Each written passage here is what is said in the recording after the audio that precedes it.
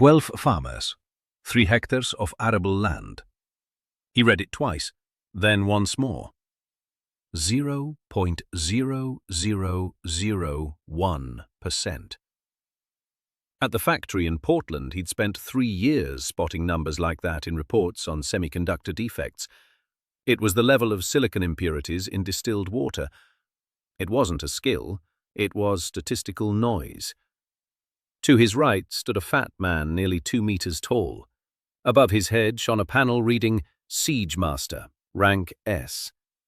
To his left stood a thin woman with a weary face. Her panel displayed Fertility, rank A. The fat man looked at Ethan's panel and laughed. He laughed long and loud, slapping his belly. Then he turned to the woman and said that this was the funniest thing he'd seen since his transfer. The woman looked at Ethan with something resembling pity and turned away. The fat man stepped closer. He slapped Ethan on the shoulder so hard that he staggered. He said his name was Lord Gregory Stone and that he had a proposal. He said Ethan should sell him his peasants, all the women, for a sack of millet. He said that way Ethan would last at least a month. Then he winked and added that a month was an optimistic estimate. Ethan smiled, polite, just as he'd been taught in corporate training sessions in Portland. He said he'd think about it. Gregory grunted and left. Ethan remained standing in front of the rickety palisade made of grey logs. Behind the palisade stood 12 people, his peasants, 10 men and 2 women, skinny, in tattered shirts. One of the men was coughing so hard he was bent double. Ethan looked at them. He looked at the field behind them. The field was grey and lifeless. The land was unploughed.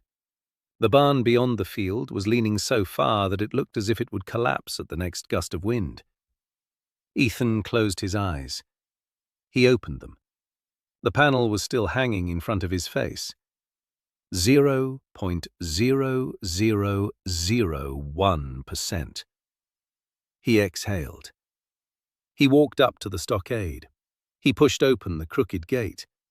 He stepped inside. 12 pairs of eyes were staring at him. The coughing man tried to sit up straight but couldn't. Ethan looked them over. He said his name was Ethan, not Lord Ethan, just Ethan. He asked the coughing man his name. The man said his name was Tom. Ethan nodded. He asked how long he'd been coughing. Tom said since spring. Ethan asked where he slept. Tom pointed to a hole in the barn wall. Ethan looked at the hole. He looked up at the sky. The red sunset was fading, replaced by a cold blue twilight. He took off his jacket. It was an earth jacket, made of thick cotton with the factory logo on the back. He handed it to Tom. He told him to cover the hole for the night and that they'd fix the wall tomorrow. Tom took the jacket and looked at Ethan as if he didn't understand what had just happened. Ethan was already walking toward the barn. Inside, it smelled of rotten grain and mice. 3 sacks lay in the corner. He opened one. Millet. Maybe enough for a week if he cooked it down to a liquid. He did the math. 12 people, 3 sacks, calories, days. He calculated it automatically, just as he'd calculated the defect rate on the assembly line. The numbers were bad. He stepped out of the barn and sat down on the ground. He leaned his back against the wall. He pulled a pencil out of his pocket, a plain auditory pencil that had been in the pocket of his work pants when he died. He picked up a piece of birch bark from the ground and began to write. 12 peasants, 11 healthy, 1 sick. Grain supply, 3 sacks, 3 hectares of unploughed field.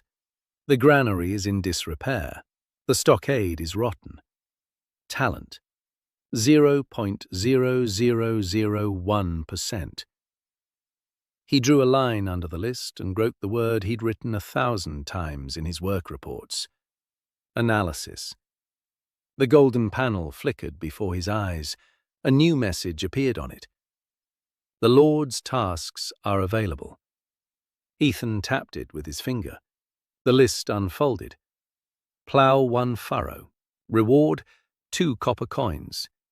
Draw a bucket of water from the well. Reward 1 copper coin. Chop a bundle of firewood. Reward 3 copper coins. Weave 1 basket. Reward half a sack of bran. Repair 1 board in the fence. Reward 2 copper coins. The list was long. Ethan scrolled to the end. 43 tasks. All trivial, all humiliating. The rewards for each were such that even the word meager sounded too generous. He looked at the list again, and he noticed something. Each task was separate. Each had its own reward line. Each was processed by the system individually. 43 separate reward transactions. 43. He looked at his dashboard. Lord's luck plus 0.0001%. A 1 in a million chance of doubling the reward for each individual reward issuance, recursively. 1 in a million isn't much, but 40 flucked day means 43 chances. 7 days means 301 chances. A month means more than 1,000. He wrote it down on birch bark. Lambda equals 0.000001. Number of trials per day, 43. Expected number of hits over 30 days. He did the math in his head. The number was small, but not 0. And the tail of the distribution was thick, because the doubling was recursive. 1 hit could yield not 2 but 4, not 4 but 8, not 8 but 16. The math didn't lie. It never lied. Ethan stood up. He dusted off his pants. He walked over to the peasants sitting by the fire, chewing on cold porridge. He told them that tomorrow they would start working. A lot. He said the tasks would be simple. Plough 1 furrow, carry 1 bucket, chop 1 bundle of firewood. He said he knew how that sounded. He said he was asking them to trust him for 3 days. Just 3. If nothing changed in 3 days, they could go to the fat man for a sack of millet. He wouldn't stop them. 12 pairs of eyes were staring at him. Tom coughed. Then he nodded. Ethan went back to the barn wall. He lay down on the ground. He put a birch bark pad under his head. He closed his eyes. Numbers swirled in his head. Lambda, dispersion, the tail of the distribution, the probability of at least 1 trigger in 72 hours with 43 tests a day. He fell asleep with that number on his lips. The morning began with Tom's cough and the creak of the gate. Ethan got up before dawn. He opened the panel. He accepted his first task, to plough a single furrow. He went out into the field. The soil was hard and clumpy. There was no plough. There was a crooked hoe with a cracked handle. Ethan picked up the hoe and began to dig. The furrow turned out crooked and shallow. The panel flashed. Task completed. Reward: 2 copper coins. 2 dull copper discs appeared in his palm. The usual ones, not doubled. He jotted it down on birch bark. Task 1, standard reward. Accepted the second task. Fetch a bucket of water from the well. The well was 100 paces from the barn. The rope was rotten. The bucket was leaky. He filled it. The panel flashed. 1 copper coin. Noted it down. Task 2, standard. Third, chop a bundle of firewood. The axe was dull. Ethan chopped slowly. The log split on the third blow. 3 copper coins. He wrote it down. By noon, he had completed 17 tasks. All the rewards were standard. Peasants were working nearby. Some were ploughing, some were carrying water, some were weaving baskets. The system counted tasks as completed if the work was done by one of the Lord's subjects did the work. Ethan tested this on the 4th task. Gregory arrived at lunchtime. He stood behind the stockade and watched as Ethan got down on all fours to weed a 1 square meter plot for the task. The reward for weeding was 1 copper coin. Gregory said it was the most pitiful sight in Etheria. He said that yesterday he'd taken on one task, just one, to destroy a pack of wolves in the northern forest.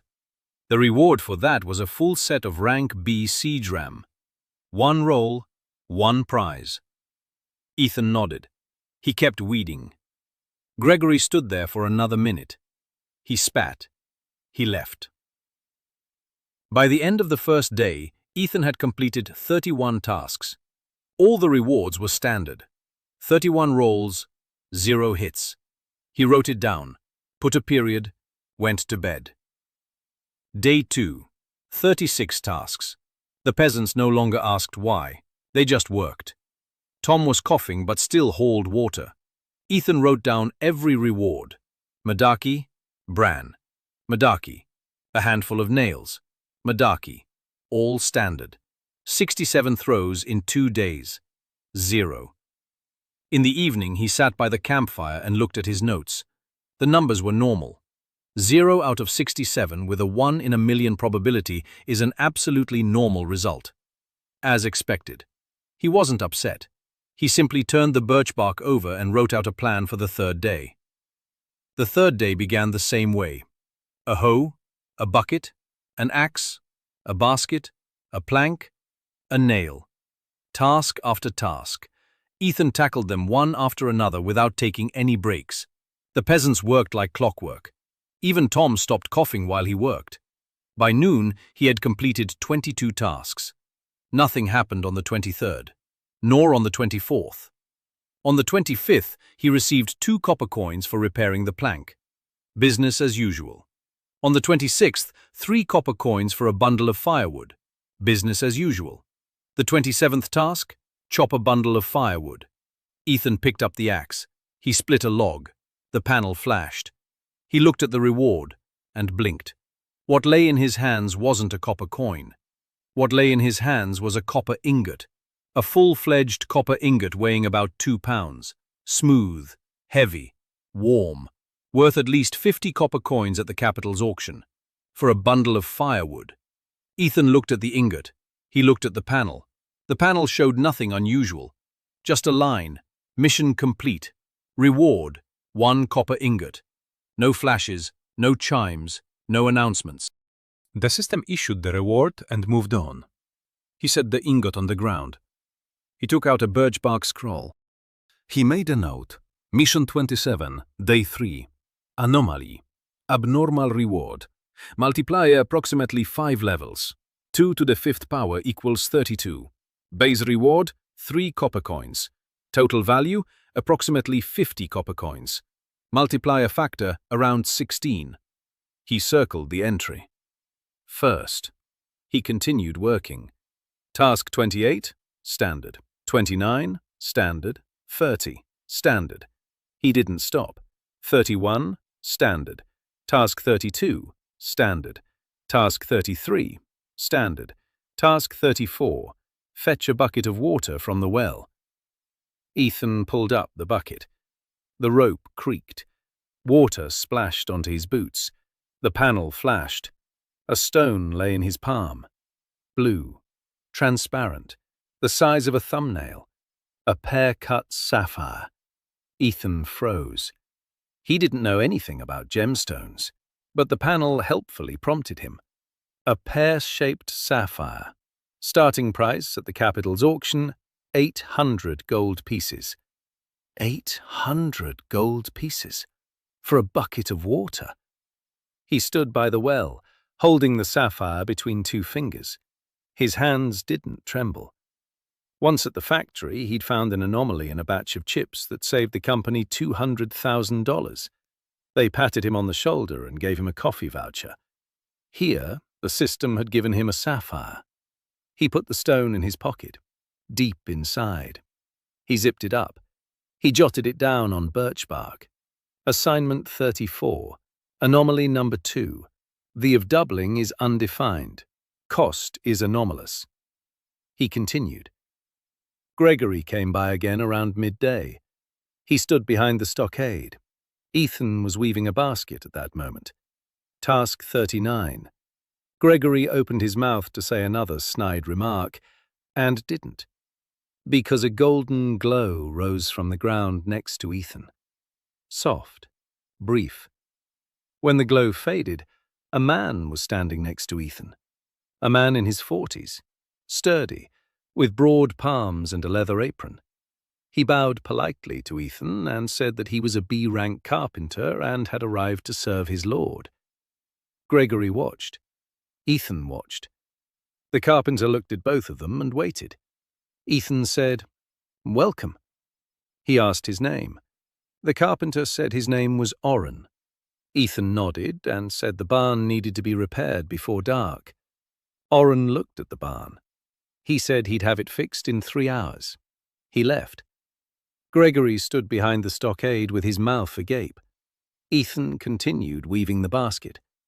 Task number 40. The panel flashed. Standard reward, half a sack of bran. He made a note of it. By evening on the third day, Ethan was sitting against the wall of the barn, which no longer creaked because Orrin had finished the job in 2 hours instead of 3. A list lay on the birch bark in front of him.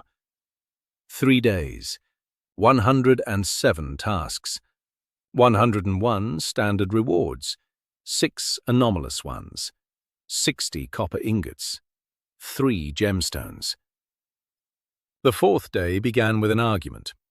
May So stood by the fire pit and explained to Ethan that no self-respecting blacksmith would work without a forge, without a bellows, without an anvil, without decent coal. She spoke loudly and clearly, and every word sounded like a hammer striking metal. Ethan listened. He nodded. He took notes. May fell silent halfway when she saw him writing. She asked what he was writing down. Ethan said he was making a list of what she needed. May said she needed everything. Ethan said that wasn't a valid item on the list and asked her to start with the most important thing. May gave him a long look. Then she said, "Anvil." Ethan wrote anvil and put the number 1 next to it. May said, "Horn." Ethan wrote horn and put the number 2 next to it. They made a list of 14 items. May left angry but with a plan. Ethan opened the task panel. 47 available. He got to work. The farmers already knew what to do. Tom carried water. Orrin chopped planks. 2 others ploughed. Ethan took on quests one after another and checked off each reward. By noon, he'd completed 29. 26 standard ones, 3 anomalous ones.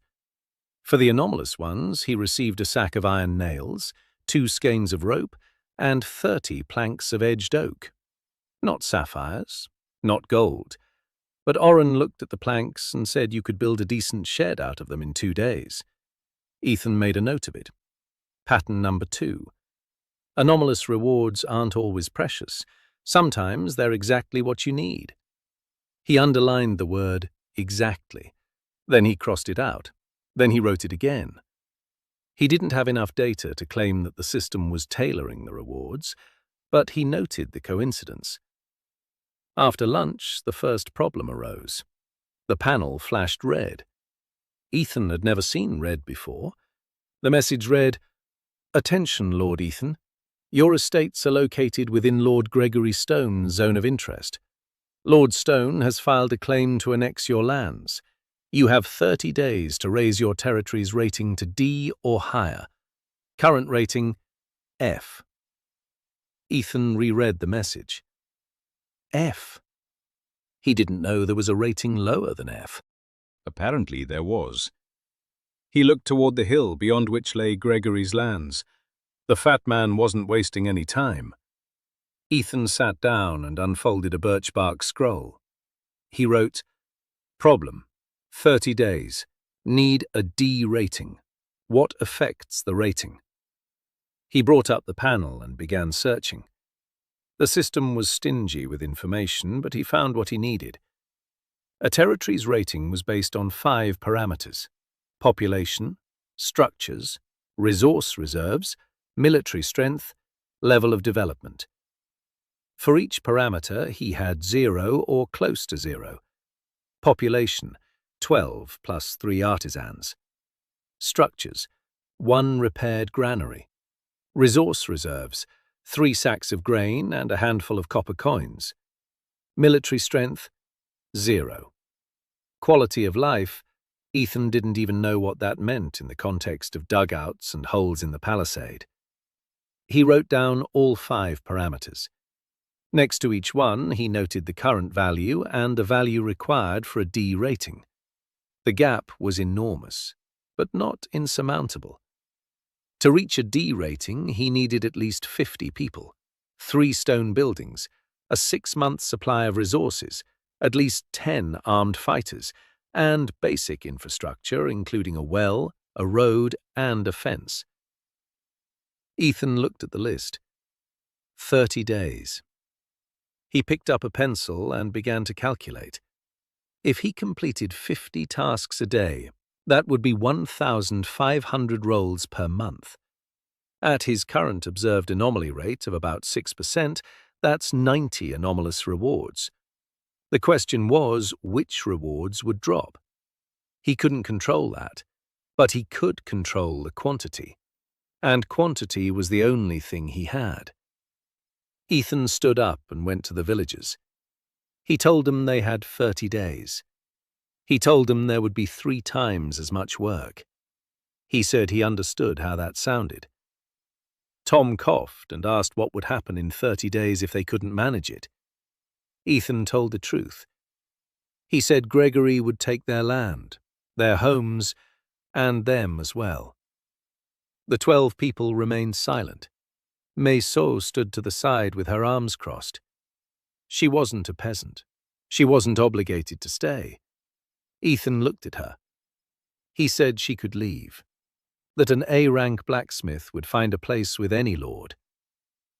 May looked at him for 5 seconds. Then she said she needed an anvil. Ethan nodded. That was a yes. Starting on the 5th day, Ethan reorganized the entire schedule. The morning began before dawn. He opened the panel and accepted all available tasks. He distributed them among the peasants. He took the smallest and quickest ones himself. Tom hauled water despite his cough. Oren did construction work. A second B-rank carpenter named Bran, who showed up on the 6th day as a reward for sweeping the courtyard, helped Oren. May worked with her bare hands because there was still no forge.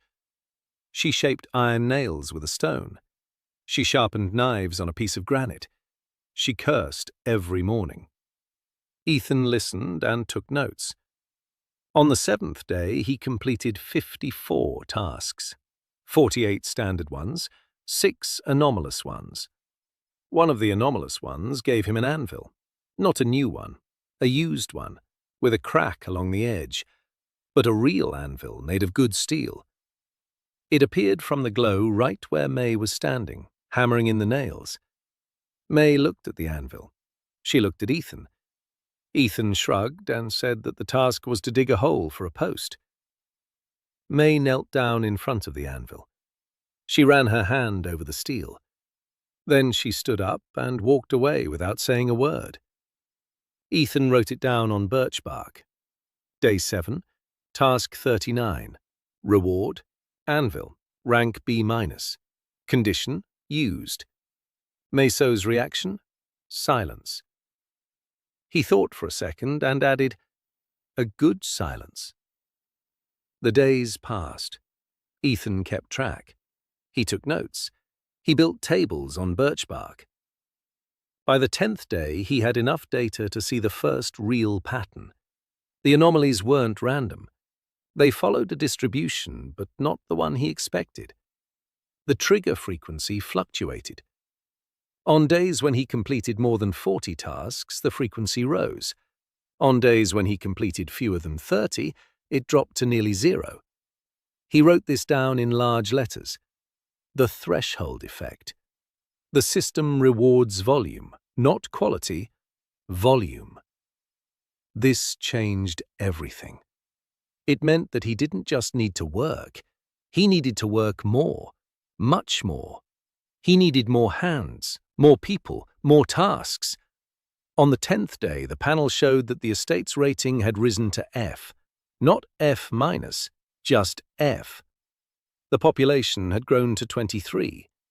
11 new people had come from rewards, 3 artisans, 2 C-rank hunters, 6 ordinary peasants. Buildings. The granary was repaired. Oram and Bran finished the barn. They started laying the stone foundation for the smithy based on May's blueprint. They were short on stone. Ethan added a stone-gathering quest to the plan. On the evening of the 10th day, he sat by the fire and did the math. May approached and sat down next to him, silently. It was the first time. She sat there, staring into the fire. Ethan was taking notes. May said she needed pliers. Ethan said he knew. He pulled a folded birch bark sheet from his bosom. He unfolded it. It was a drawing.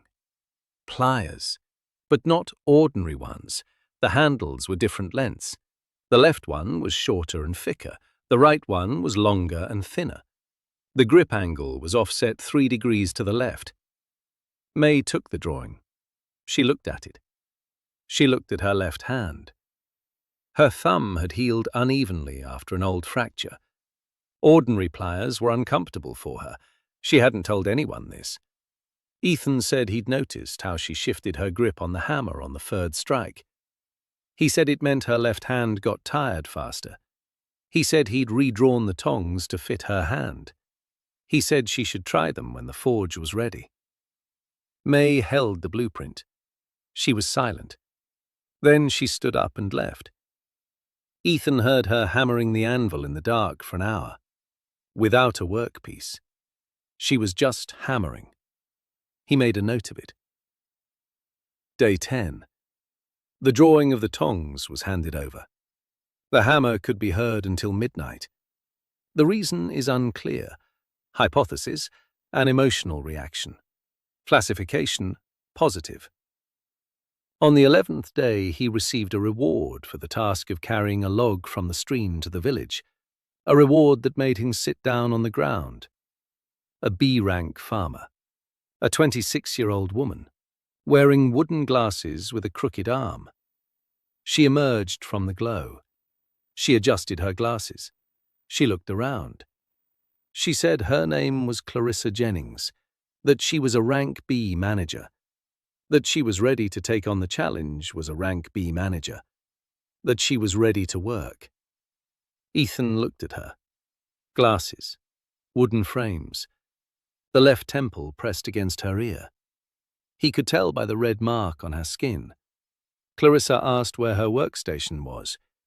Ethan said there wasn't one yet, that there was no workstation yet, that there was a barn, a campfire, and birch bark strips with notes. Clarissa asked what the notes were. Ethan handed her a stack of birch bark sheets. Everything, every day, every task, every reward, every deviation. Clarissa sat down by the barn and began to read. She read for 2 hours. Then she looked up at Ethan. Her eyes, behind her crooked glasses, were wide open. She said it was impossible. Ethan said he'd thought so too. Clarissa said that if these records were accurate, then in 10 days they'd acquired resources worth the equivalent of a mid-level barony's annual budget. Ethan nodded. Clarissa said they'd be accused of theft. She asked where all that had come from. She said the neighbors were already suspicious. Ethan said he knew. He said that's why she needed to set up a secret storage facility. He said there was a cave under the eastern hill, not very deep but dry. If they expanded it and reinforced the walls, it would make a storage area. Clarissa said he wanted to hide everything. Ethan said not everything, just the things they couldn't explain. The walls and the barn could be explained away by a skilled carpenter. Grain can be explained away as a bountiful harvest, but sapphires for buckets of water, that can't be explained. Clarissa nodded slowly. Then she asked who he was. Not what his talent was, who he was. Ethan said he was a quality control analyst. He said he'd spent 3 years counting defective chips at a factory. Clarissa said that explained a lot. Ethan didn't ask what exactly. He was already pulling the next birch bark strip out of his pocket. By the 20th day, the village of Misty Ravine had ceased to be a village. Formally, it still looked poor. Ethan kept an eye on that. On the outside stood the same crooked stockade, the same grey roofs, the same crooked well. But beneath the ground and hidden behind the hills lay something else. Clarissa had set up 3 secret storages: the eastern cave, the cellar under the blacksmith shop, a pit behind the stream covered with turf. In them lay 412 copper ingots, 21 silver ingots, 7 gemstones, a metric ton of grain, 600 planks, 300 coils of rope, 18 sets of tools. By this time, May had finished building the blacksmith shop. The forge was made of stones that Ethan had received for clearing the field. The bellows were made from leather brought by C-rank hunters, new tongs based on Ethan's blueprints. She worked silently and fiercely. Every day, 12 hours a day. Ethan would bring her food to the forge because she'd forget to eat. On the 23rd day, he came with a bowl of porridge and saw that she was sleeping right next to the anvil, curled up on the floor. Her hands were black with soot. Ethan set down the bowl. He covered her with his jacket, that very same earth jacket made of thick cotton. He'd taken it from Tom a long time ago because Tom had been given a new one made of linen. He left. In the morning, May returned the jacket without a word. The porridge had been eaten. Ethan made a note. Day 23, May. So, overwork. Provide a second set of tools to lighten the load. Find an apprentice.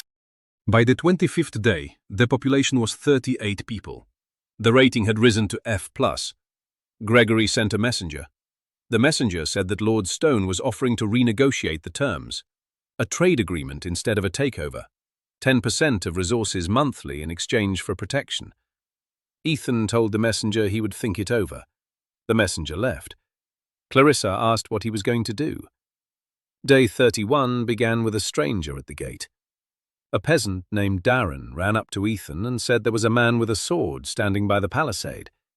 Ethan went outside. The man was standing alone, tall, thin, wearing tattered leather armor. The sword hung from his belt in a simple scabbard. There was no helmet over his head. That meant he wasn't the Lord. The man said his name was Rain, that he was a mercenary, that he was looking for work. Ethan asked where he had come from. Rain said from Lord Bernard's lands to the southwest. Ethan asked what had happened to Lord Bernard. Rain said that Lord Bernard had sold all his peasants to Stephen Gregory Stone for 3 sacks of flour and a barrel of wine. Then he got drunk and went into the forest. He hadn't been seen for 4 days. Rain said that when a lord abandons his lands, the system marks all his subjects as ownerless. Any lord within a 10-league radius can take in the ownerless, or they disappear after 7 days. Ethan looked at Rain. He asked how many people were left on Bernard's lands. Rain said 23. Women, children, an old herbalist, 2 hunters. Ethan looked at Clarissa. Clarissa looked at him and said they had enough grain to last 100 people 60 days. Ethan said they were leaving. Clarissa said that Gregory surely knew about the abandoned lands as well. Ethan said that was exactly why they were leaving now. He took Rain and 4 peasants with him. He left Clarissa in charge. He didn't call for May because the blacksmith shop couldn't stop working. They reached Bernard's lands in 4 hours. The village was small and deserted. The houses were still standing, but no one lived in them. The fields were overgrown. The well had run dry. 23 people were sitting by an empty barn. The women were clutching their children close. An old man herbalist lay on the ground, gazing at the sky. 2 hunters stood with their bows, looking at Ethan. One of them asked who he was. Ethan said he was the Lord of Mossy Ravine. He said he had come to offer them a home. The hunter asked at what cost. Ethan said the price was work. He said he had many tasks and few hands to do them. He said he would feed them, he would clothe them, he would provide a roof over their heads. In return, they would have to plow, build, carry water. The hunter asked what would happen if they refused. Ethan said that in that case they would disappear in 3 days because the system doesn't leave the unclaimed for more than 7. 4 days had already passed. The hunter looked at the women, at the children. He nodded. Ethan opened the panel. The system offered him a mission: to accept the unclaimed population of the former Lord Bernard's territory. Number 23 individuals. The reward for accepting an unclaimed population is usually symbolic: 1 copper coin per soul. Ethan accepted the mission. The panel flashed. 23 people were accepted as subjects of Lord Ethan Pack. The reward? 23 copper coins. Standard. No anomalies. Ethan wasn't upset. 23 new people were worth more than any sapphire. They headed back. The children walked slowly. The old herbalist walked even more slowly. His name was Oliver. He was 62 years old and knew 213 herbs, 91 of which were medicinal. Ethan learned this because he asked. He asked everyone. Name, age, what you can do, what you want. He wrote it down. During a rest stop by the stream, one of the women approached him. She was young, about 19, petite, with frightened eyes. She stuttered. She said her name was Park Ji-un, that she was a scribe. Talent, calligraphy, rank C. Ethan asked where she was from. Ji-un said she was from Korea, from Earth. She said she'd ended up in Etheria as a peasant working for Lord Bernard. She said Bernard had used her like a printing press. He forced her to copy orders for 10 hours a day. He'd beat her if her handwriting was uneven. Ethan stopped taking notes. He looked at Ji-un, at her hands, her slender wrists, calluses from the pen in the wrong places. Her right hand was turned slightly inward, chronic tension from poor posture. He'd seen this in factory operators who'd worked for years at uncomfortable machines. And Ethan said that no one in Mossy Ravine would hit her. He said it quietly and evenly. Ji-un nodded and went over to the other women. They returned in the evening. Clarissa met them at the gate. She counted the people. She counted again. She said there were now 84 of them. She said they needed a second barn, and a third cellar, and another outhouse. Ethan said he knew. For the next 2 days, he worked on settling everyone in. The families were assigned places in the new barracks that Oren and Bran were building from the planks they'd earned through tasks. Single men lived in tents. Old man Oliver was given a spot in the barn next to the herbs that Ethan had set aside from the supplies. On the 3rd day after Bernard's people arrived, Ethan did something that Clarissa later called the Lord's first real decision. He approached Ji-un. She was sitting on the ground by the barracks, copying something onto a scrap of birch bark, hunching over, curled up. Her back was hunched like a wheel. Ethan watched her for a minute. Then he went over to Oren. He returned 3 hours later. He brought a table, a small one, made of wood, with a tabletop tilted at a 15-degree angle. The legs were of different heights. The left front leg was 2 centimeters shorter than the right. Ethan measured Ji-un's height by eye while she was standing in line for porridge. He measured the length of her arms while she was writing. He estimated the angle of inclination at which her wrist wouldn't cramp after an hour of work. He gave Oren the measurements. Oren made it. Ethan placed the table by the window of the barracks. The light was best there. He told Ji-un that this was her workspace. He told her she could write here, whatever she wanted, whenever she wanted. He told her that no one in this village would ever raise their voice at her. No one. Ever. Ji-un sat at the table.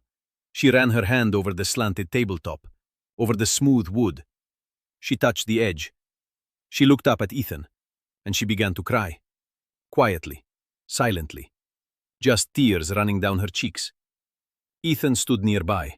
He didn't know what to do with people who were crying. He never had. At the factory, when Kim from the logistics department cried because her boss, Ethan, would bring her coffee and leave. There was no coffee here. He said the tabletop was made of ash and that it would last 10 years if it didn't get wet. Ji-yoon laughed through her tears. Ethan nodded and left. Noted. Day 34. Table for Ji-yoon is installed. Emotional reaction. Design is functional. Note. Find better ink than the current kind. The current ink is too runny for C-rank calligraphy. The second month was picking up steam. Ethan was completing 60 tasks a day. With 84 people, it was easier. The tasks were multiplying. The system was scaling to accommodate the population. More people meant more available tasks. More tasks meant more roles. More roles meant more anomalies. The cycle was working. On the 40th day of the overall count, Ethan recorded the results of the first 10 days of the second month. 602 tasks. 39 anomalies. A hit rate of 6.4. Consistent. Among the anomalies were 3 hits with deep chains. One resulted in 14 doublings. The task was to repair the latch on the chicken coop gate. The reward for it was usually 2 copper coins. After 14 doublings, Ethan received a squad of 16 trained C-rank archers. They appeared in formation, all wearing identical uniforms, all carrying identical bows. The squad commander saluted and reported that they had arrived for duty.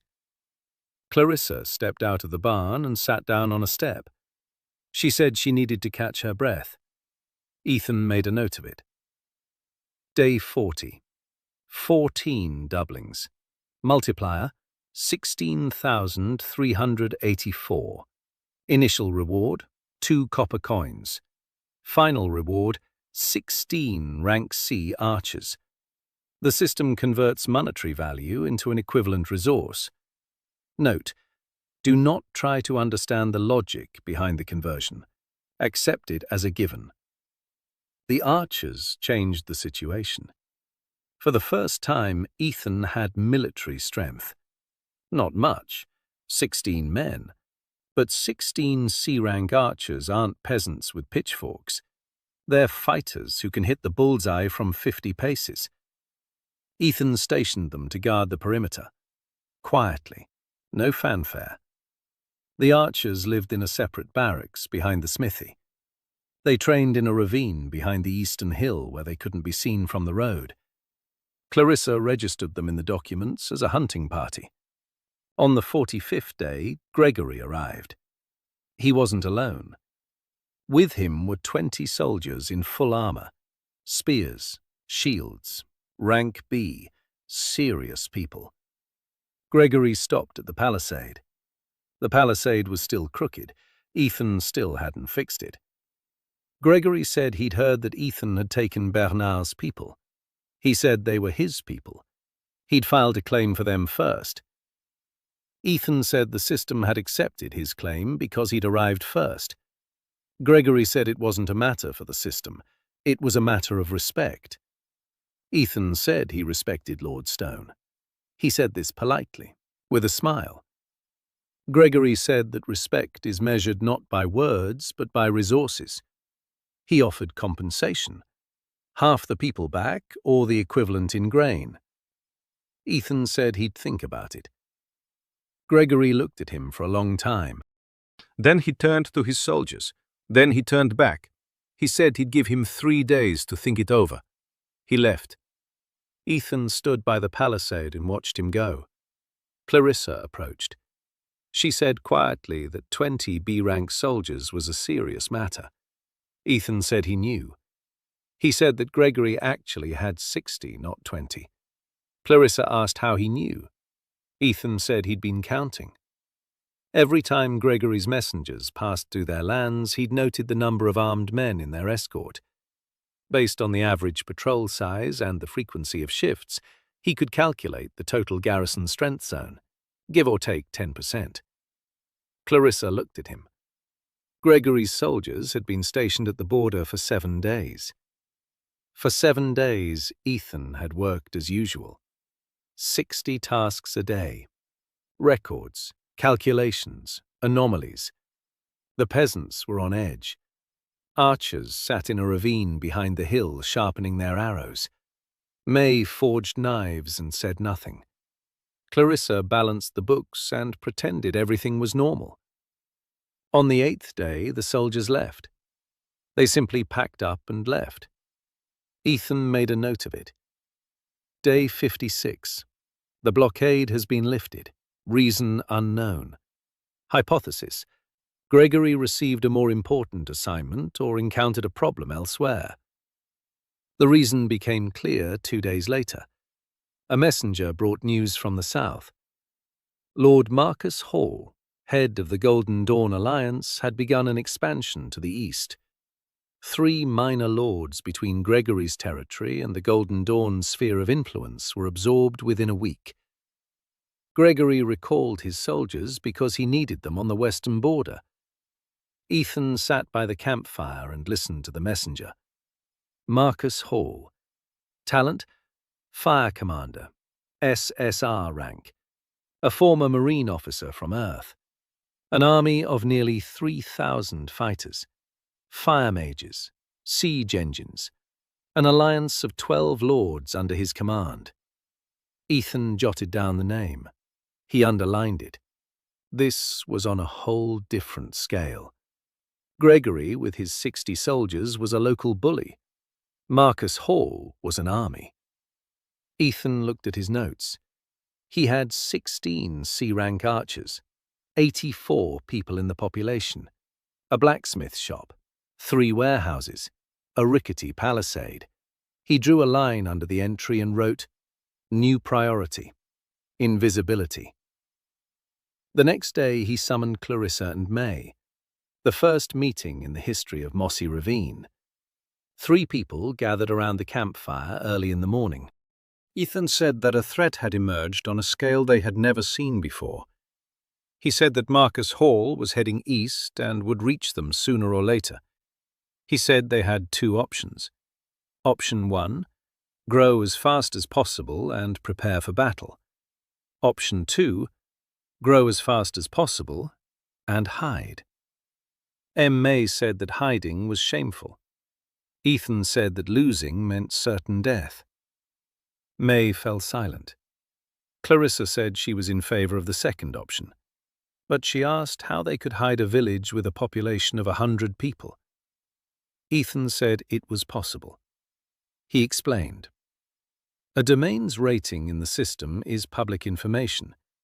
Any lord can request the rating of any other lord, but the rating is updated once a month, and it shows an overall assessment, not the details.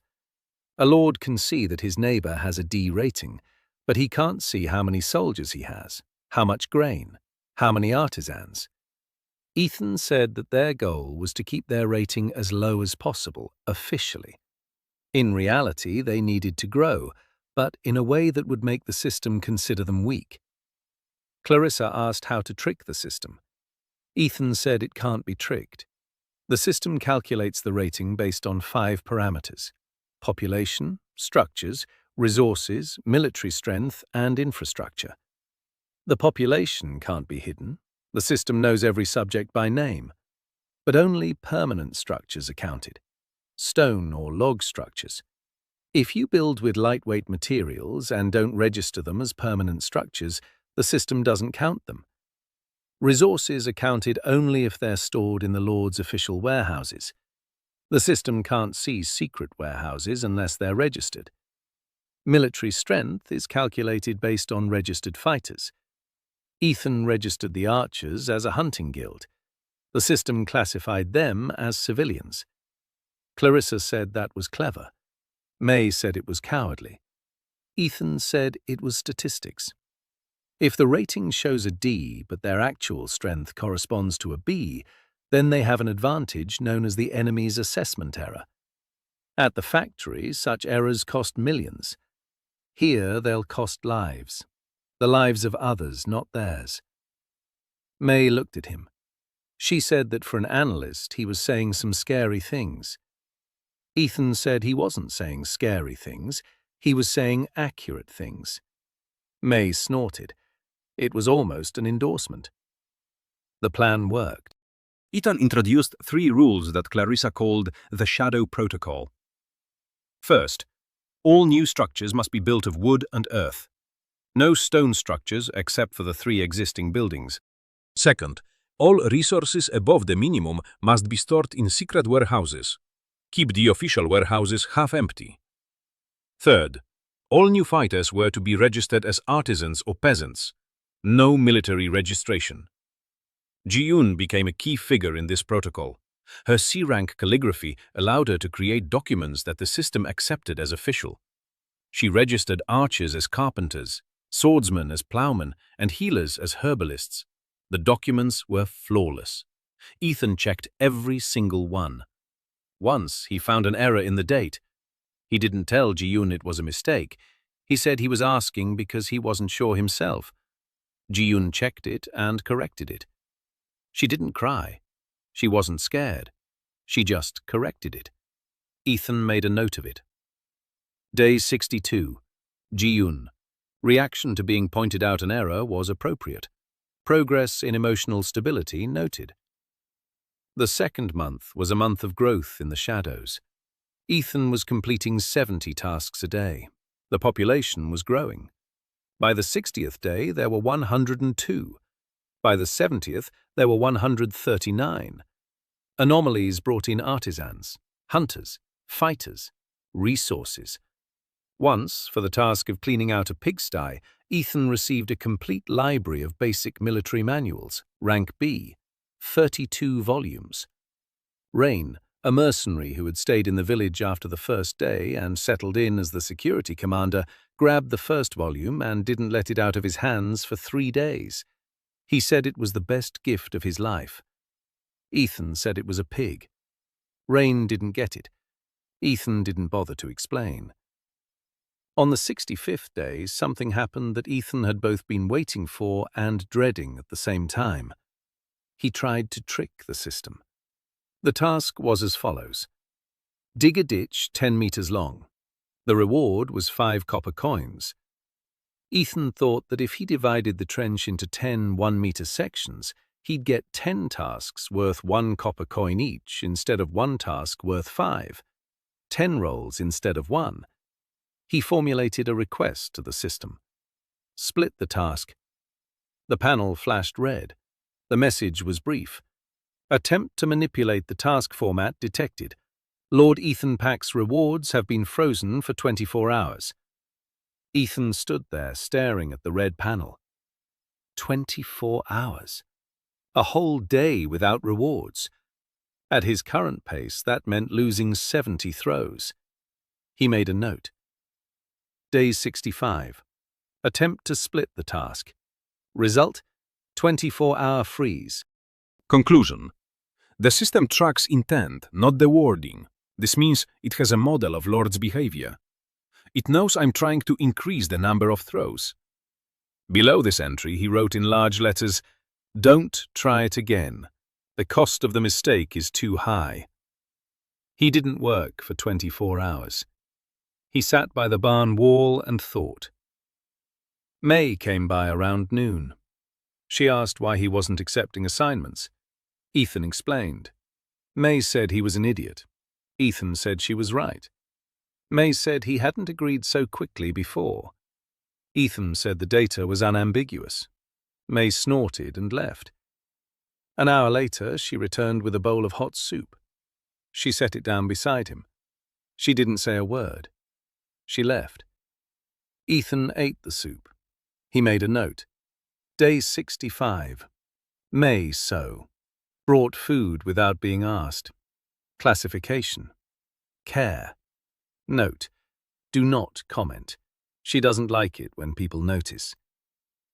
That evening, Clarissa brought him a report. She did this every week. A summary of supplies, population, tasks, anomalies. Ethan read it. The numbers were good. Growth was stable. Supplies are growing faster than consumption. But one line caught his attention. Clarissa had written, "Percentage of satisfied residents, 72. Ethan asked how she measured that. Clarissa said she had asked everyone personally. Ethan asked who was dissatisfied and why. Clarissa said the main complaint was overcrowding. The barracks are overcrowded. Families with children live 3 to a room. The second complaint was the lack of a bathhouse. The third was the lack of a market. People have nowhere to trade what they produce. Ethan jotted it down. Problems: overcrowding, hygiene, trade. Solutions. He paused. Solving the overcrowding meant building new houses. New houses meant a higher rating. A higher rating meant visibility. He sat and thought. Then he wrote, "Solution: a second village." The next day the freeze ended. Ethan opened the map that the system gave to every lord. Simple. Schematic. His territory was marked with a green square. Around it were grey zones, no man's land. To the southeast, a 4-hour walk away, was a gorge between 2 hills. Narrow, well protected, with a stream. Day 75. Ethan was sitting in the barn, taking inventory, when Clarissa walked in with the expression he'd learned to recognize. It was the face that signaled bad news. She said a woman had arrived, a lord, with horses. Ethan went outside. A rider on a chestnut mare was standing by the palisade. 3 more horses stood nearby, unmounted. The woman was young, about 25, tanned, broad-shouldered, with short chestnut hair pulled back into a ponytail. A nameplate hung above her head. Lord Ashley Morgan, Cavalry, Rank B.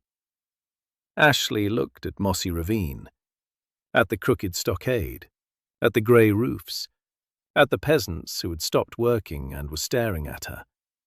Then she looked at Ethan. She said she'd heard about him. Ethan asked what exactly. Ashley said that Gregory was telling everyone that people were growing out of the ground in 0, She said she'd come to see for herself. Ethan said that people don't grow out of the ground, that it's unscientific. Ashley laughed, loudly. The horses twitched their ears. She dismounted in one fluid motion. Ethan noticed that the mare was limping on her left front leg, not badly, barely noticeable. The 5th toe with a short pronus on every 3rd step. He didn't know much about horses, but he knew about deviations. Any recurring deviation from the norm is data. Ashley tied the mare to a post. Ethan asked how long the mare had been limping. Ashley froze. She looked at him. She said 2 weeks. She said the shoe on the left front had been set crooked after her previous farrier ran off.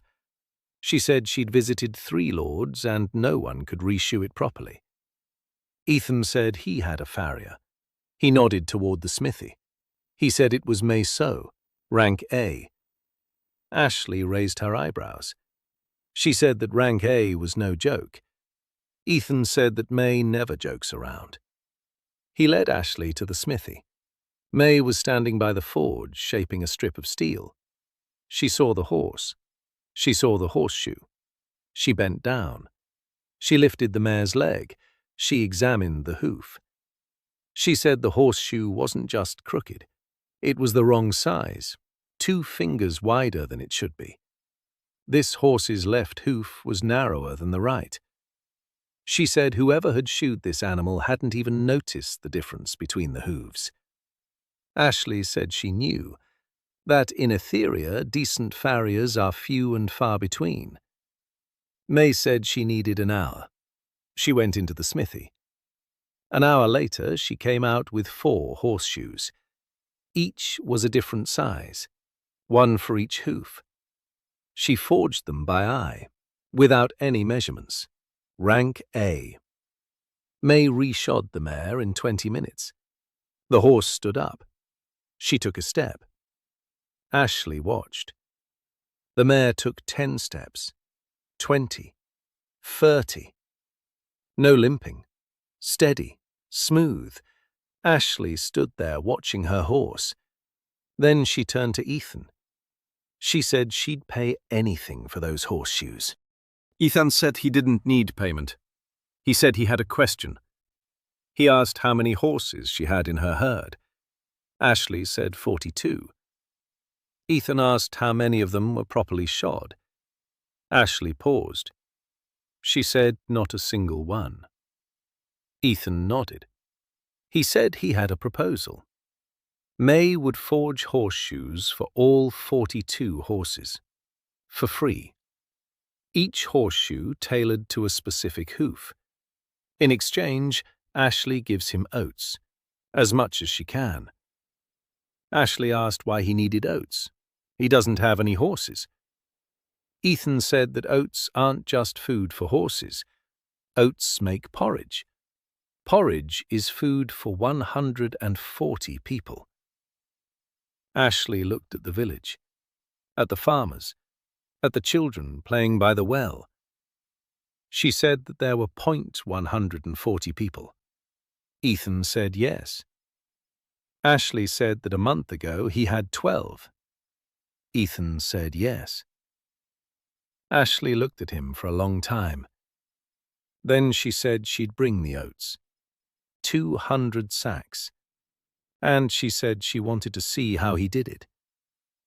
Ethan asked what exactly he was doing. Ashley said that was all. She stayed for 3 days. Ethan didn't object. Ashley watched. She saw the farmers performing small tasks from morning till night. Furrows, buckets, bundles. She saw Ethan record every reward. She saw how, on the 3rd morning, 2 sacks of flour appeared from the glow as a reward for weeding a row of turnips. 2 sacks for a row of turnips. Ashley asked if that was normal. Ethan said it was normal for him. Ashley asked how. Ethan said his talent gave him a chance to double the reward. 1 in a million. Recursively.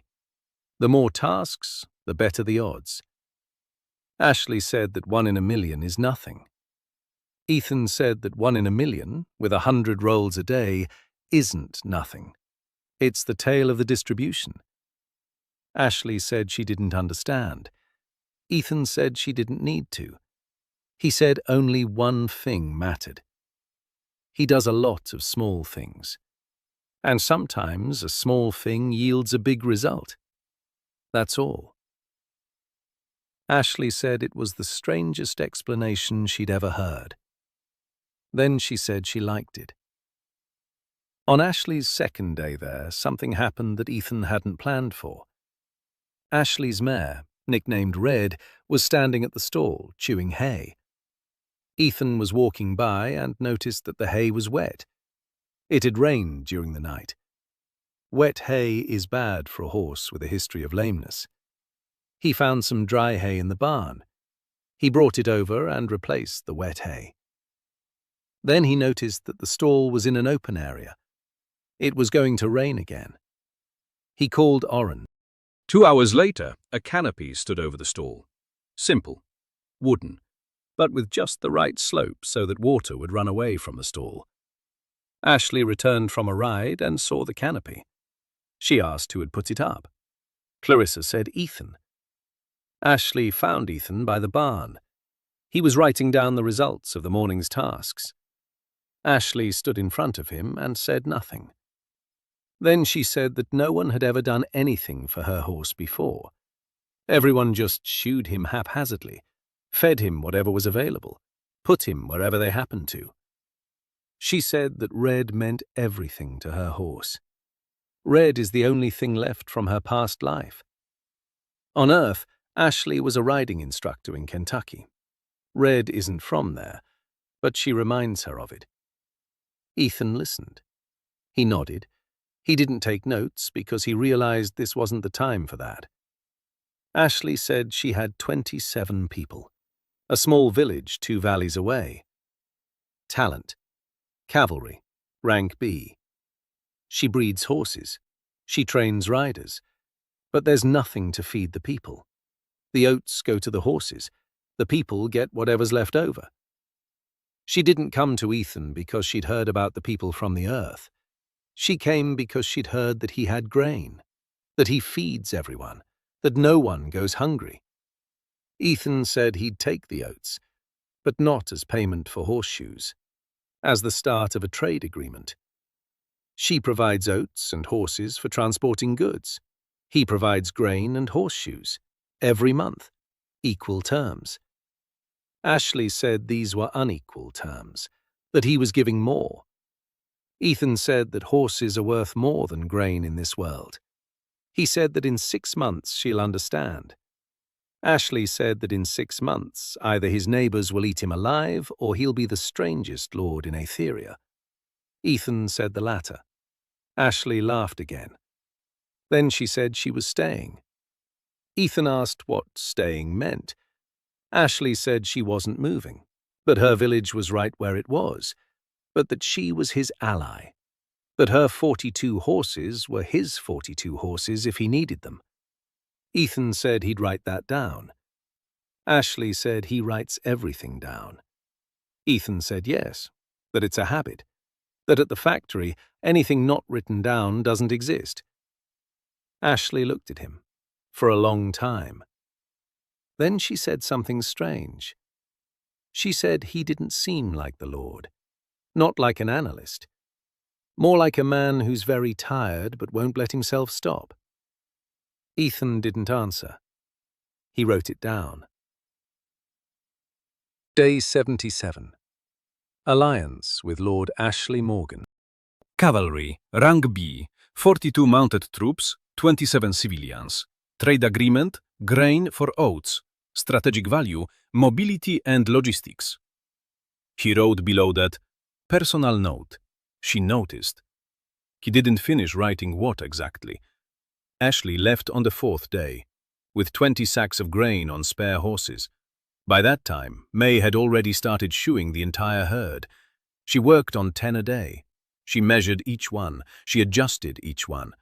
Ethan brought her the measurements for all 42 hooves that Ashley had left behind. May looked at the motes. She said that he had measured the hooves of all 42 horses. Ethan said Ashley had taken the measurements. He'd just transferred them to the table. May said that normal people don't do things that way. Ethan said that normal people don't end up in another world with a talent of 0.0001%. May snorted. It was already her usual snort, almost warm. The 80th day. 3 months in Aetheria.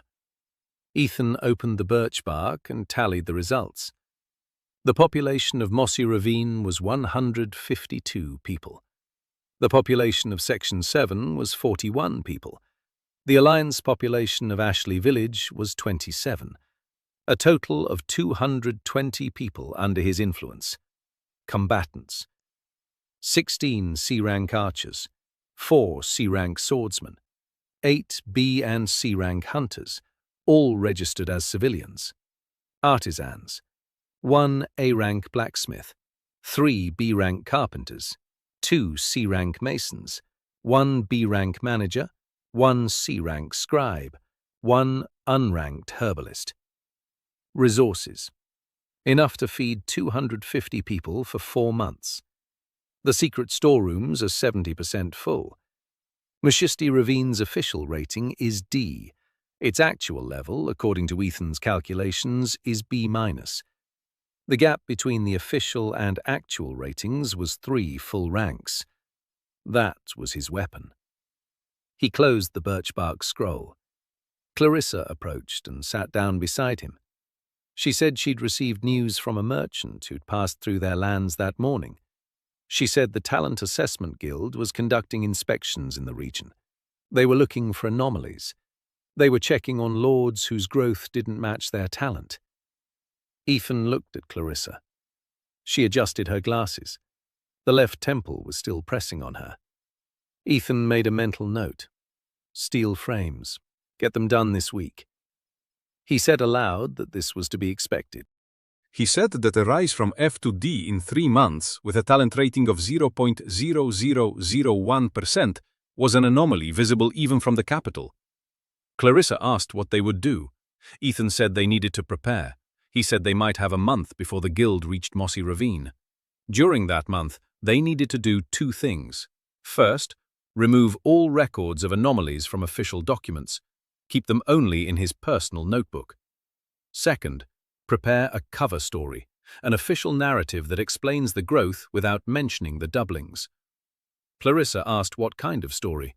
Ethan said a truthful one, that he's a hard-working lord who takes on many small tasks because he can't handle the big ones, that his talent is useless and he makes up for it with the volume of work, that he's lucky to have artisans who came through recruitment rather than as rewards, that Clarissa is a former accountant, which is why the books are in good order. Clarissa said that was half true. Ethan said that the best lie is the truth minus a single detail.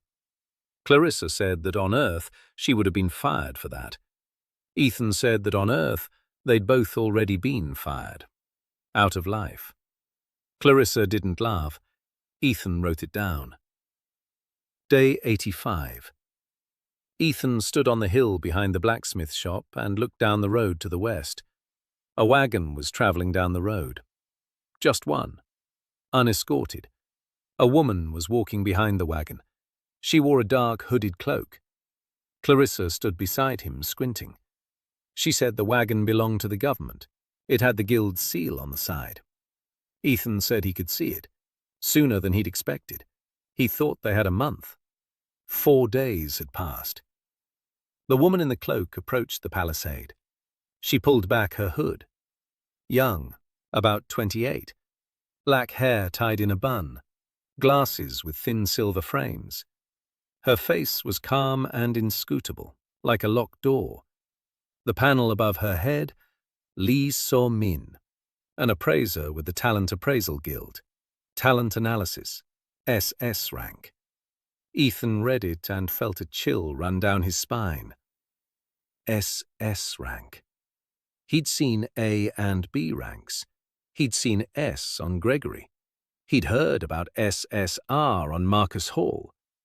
SS was the level at which talent ceased to be a tool and became a weapon. So-min stopped at the gate. She looked at the palisade, at the crooked logs, at the grey roofs, at the peasants who stood frozen, staring at her. Then she looked at Ethan. She said she had arrived on the orders of the Central Guild to conduct a routine assessment of Lord Ethan Pack's estates. She said the assessment would take 3 to 7 days. She said that Lord Pack was required to provide full access to documentation and resources. Her voice was even and colorless, like a protocol being read aloud. Ethan smiled politely. He said, "Welcome to Mossy Ravine." He asked if she'd had any tea. So-min said she hadn't, and that wasn't why she'd come. Ethan said tea helps after a long journey. So-min said the journey had been short. Ethan said that in that case, tea would help before a long day's work. So-min looked at him for 3 seconds. Then she said, "All right." They sat down by the barn. Clarissa brought tea, herbal tea. Oliver had gathered mint and St. John's wort by the stream. So-min sipped it slowly and looked around. Ethan could see her eyes moving. She was counting people, buildings, distances. Her talent was at work.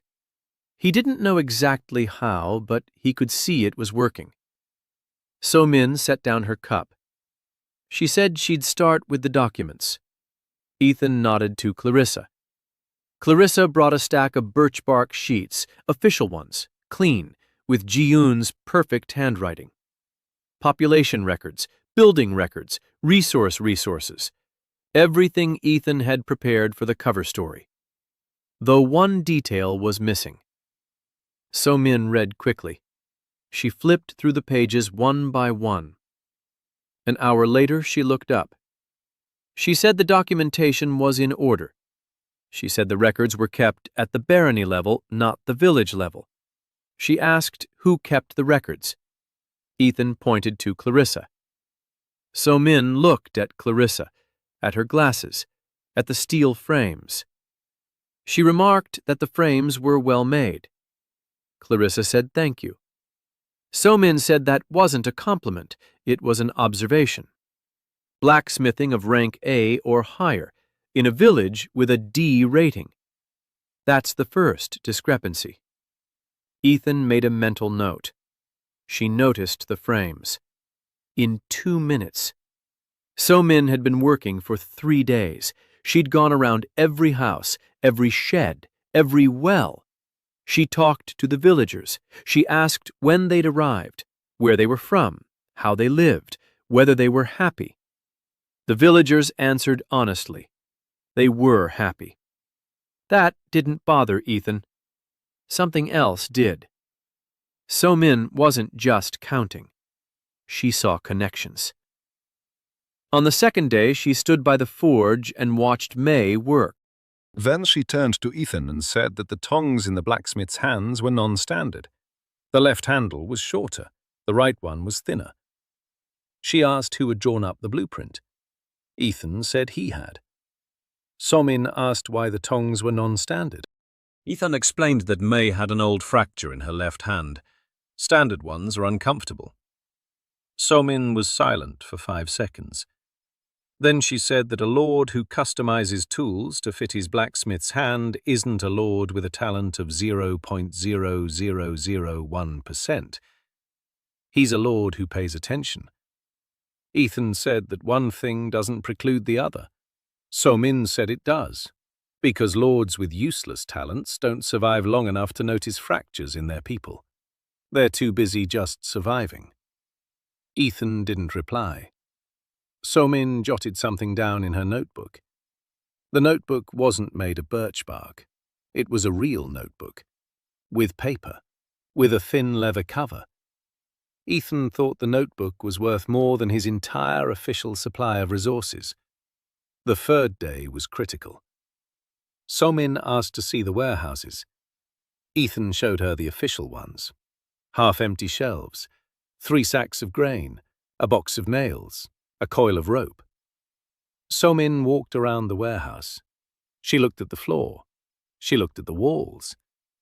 Then she turned to Ethan and said that the warehouse was designed to hold 20 metric tons of cargo. There are 300 kilograms in it. The walls have marks from sacks up to 2 meters high. That means the warehouse was full, recently. Ethan stood there in silence. He looked at the walls, the marks from the sacks. He hadn't thought of that. At the factory, he would have checked. Here, he'd forgotten. A stupid mistake. Unforgivable. So Min said she had 2 questions. First, where are the resources that were stored here? Second, where were they moved? Ethan was silent for 4 seconds. He weighed his options. Lying was pointless. Her talent was SS rank analysis. She could spot a lie just as easily as he could spot a defective chip by the deviation from the norm. He made up his mind. He said he'd show her. That was it. So Min raised an eyebrow, her first sign of emotion in 3 days. Ethan led her to the eastern cave. He opened the door, which had been sealed with turf. So Min stepped inside. She stopped. Ethan lit a torch. The light fell on rows of sacks stacked all the way to the ceiling. Ingots arranged in neat stacks. Barrels of grain. Bundles of tools. Rolls of fabric. Everything was labeled. Everything was numbered. In Clarissa's handwriting. So Min stood and watched. Then she walked along the first row. She counted. Her lips moved silently. She reached the end of the cave. She turned back. She looked at Ethan. She said that the resources here were at the level of a B-rank county. She said that his estate's rating was D. She said that the gap was 3 full ranks. Ethan nodded. So Min said that was impossible. Ethan said he thought so too. So-min said she needed his personal records, not the official ones, the personal ones. Ethan pulled a stack of birch bark scrolls from his bosom, a thick stack, tied with a rope. Every day, starting from the very first, every mission, every reward, every deviation, every calculation, every formula. He placed it in front of her. So-min took the stack. She looked at the top sheet. She read it. She turned it over. She read the next one. She looked up at Ethan. She said it was a complete analytical log. Ethan said that at the factory they'd taught him that what isn't written down doesn't exist. So-min sat down on a crate right there in the cave. She began to read. She read until nightfall. Clarissa brought her dinner. So-min didn't notice. Ethan told Clarissa to leave the food and go. In the morning, So-min was still sitting in the cave. On the second night, Ethan brought her a blanket. She didn't notice him either. On the third night, he simply left some tea at the entrance. On the fourth morning, So-min came out of the cave. Her eyes were red from reading by torchlight. Her hair was disheveled. Her glasses were perched on the tip of her nose. She walked over to Ethan. He was standing by the barn, writing down the results of the morning's assignments. So-min stopped in front of him. She said she'd checked every entry, every number, every calculation. She said the math was correct. The distribution matched. The tail was thick but real. The frequency of anomalies was higher than theoretical, but within limits that could be explained by unknown parameters of the system. Then she fell silent. Ethan waited. So-min said that he was either a genius or the most honest person in the world. She said she hadn't decided yet. Ethan asked what she would write in the report. So-min was silent for a long time. Then she said she would write the truth, that Lord Pak uses his talent within the system's rules, that the abnormal growth is explained by the volume of tasks, not by violations, that observation is recommended, but not intervention. Ethan asked why. So-min said it was because he had shown her everything. Day 92. Ethan woke up to a shout. Tom was standing at the gate, shouting that there was a fire in Sector 7. Ethan got up. He got dressed. He went outside. The horizon to the southeast was orange. Not sunset. It was too early for sunset. Fire. He sent Rain with 4 archers to scout the area. He stayed behind. He waited. Clarissa stood nearby, counting the supplies stored in Sector 7. 80 sacks of grain, 20 coils of rope, tools. Rain returned 3 hours later. He said it wasn't a fire. A raid. 5 horsemen. No identifying marks. They struck at dawn, set 2 tents on fire, took whatever they could, headed south. Darem was wounded, nothing serious, a cut on his arm. 2 peasants suffered burns. 1 tent burned down completely. Ethan listened. He took notes. He asked if they were Gregory's men. Rain said it didn't seem likely. Gregory has heavy infantry. These were light cavalry. Fast, professional. Ethan asked whose they were. Rain said he didn't know, but one of them was wearing a cloak with a gold trim. A gold trim. Ethan looked at Clarissa. Clarissa turned pale. A gold trim is the symbol of the Golden Dawn, Marcus Hall's alliance. Ethan sat down on the ground. He leaned against the barn wall. He thought. Marcus Hall. 3,000 fighters. Fire mages. Expansion to the east. Between here and Mossy Ravine lay the lands of Gregory and 2 minor lords. If Marcus absorbed them, he'd be Ethan's neighbor in 2 months. But why a reconnaissance raid on a tiny G-rated village? Plot 7 wasn't worth the attention of an alliance with 3,000 fighters.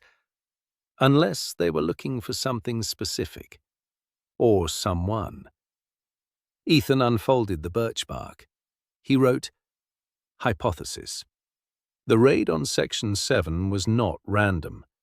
Golden Dawn is scouting the area, looking for hidden resources or unregistered settlements. The source of the information is unknown, possibly Gregory.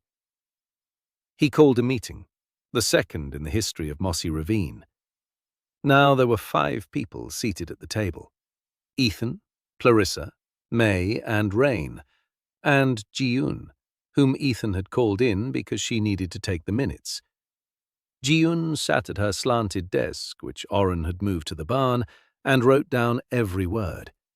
She didn't stutter. At the table, she was a different person. Ethan said the situation had changed. He said Golden Dawn was closer than they thought.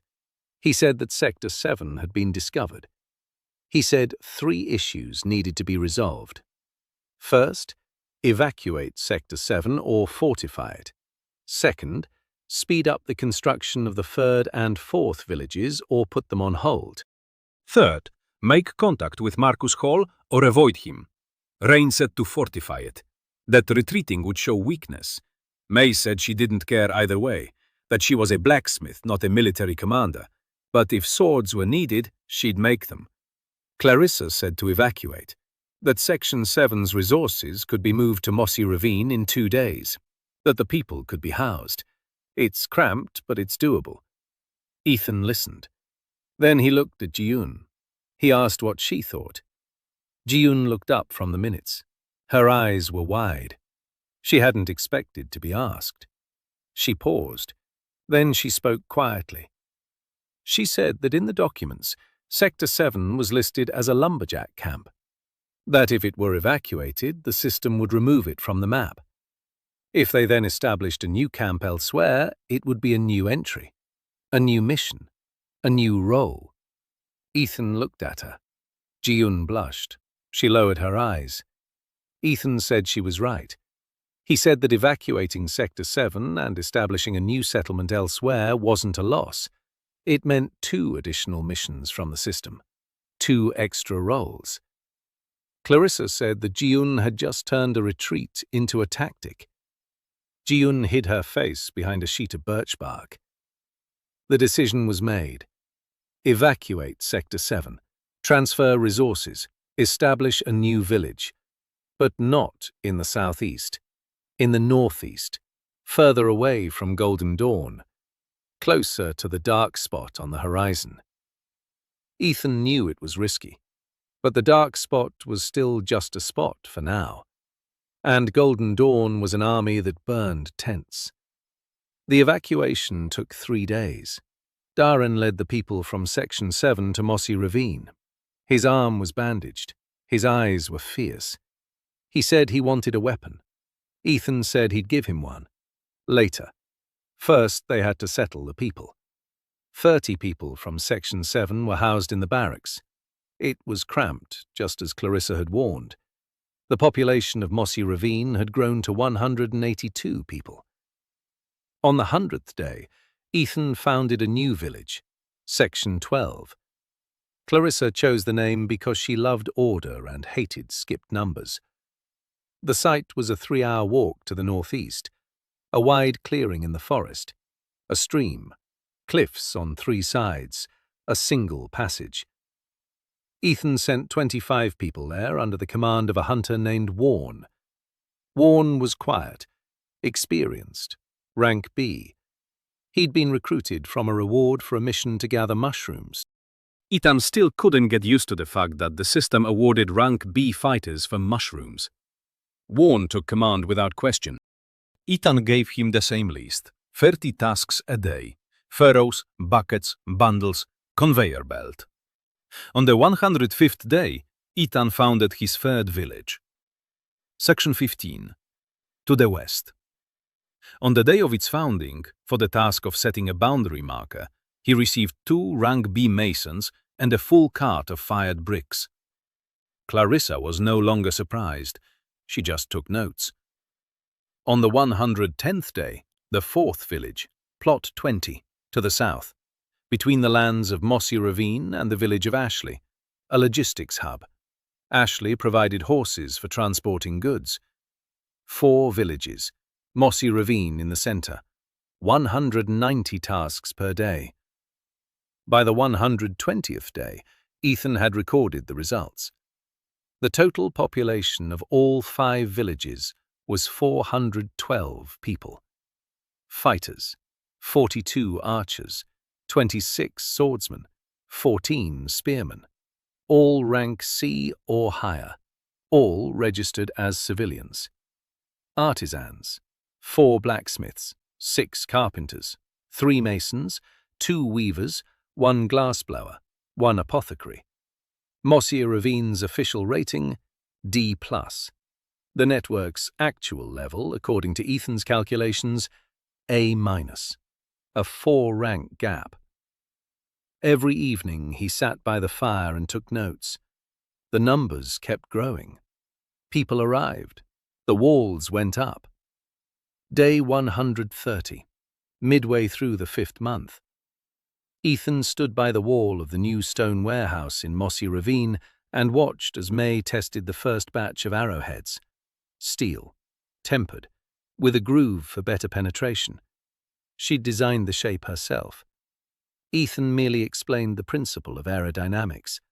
May said she didn't know that word. Ethan said it was when a piece of metal flies straight instead of veering off course. May said she knew that even without him. Rain fired a test arrowhead from his bow at a log 50 paces away. The arrowhead penetrated 3 fingers' depth. Rain looked at the log. He looked at May. He said that an arrowhead like that would pierce C-rank chainmail. May said she knew that. That's exactly what she'd been working on. Ethan took note. Day 130. The M-series arrowheads minus 3 series spearheads passed the test. Their penetration capability is 40% higher than standard. Production is 20 units per day at current capacity. But he wasn't thinking about the spearheads. He was thinking about what had happened that morning. A messenger from Ashley had arrived that morning. She wrote that a representative from Golden Dawn had come to see her. Not a soldier, a diplomat, polite, smiling. He offered vassalage. The terms were lenient: protection, trade privileges, access to the capital's market. In exchange, only loyalty and 10% of the revenue. Ashley wrote that she had refused, but she wrote that the diplomat had said something before leaving. He said that Lord Hall knows about the blacksmiths from Mossy Ravine, knows about the horseshoes, knows about the grain, knows that 0, has more than the ratings suggest, and that Lord Hall would like to meet in person. Ethan read the letter twice. 0, His nickname had reached Golden Dawn. This meant that Marcus Hall had either received the information from Gregory or from his own scouts who were burning down Sector 7. Or from both. Ethan called a meeting. Now there were 6 people at the table. Ethan, Clarissa, May, Rain, Ji-yoon, and Warren, who had come from Sector 12 to report. Ethan read Ashley's letter aloud. Rain said that was bad. Warren said that was very bad. May said they needed more swords. Clarissa said they needed more walls. Ji-yoon said quietly that they needed more information.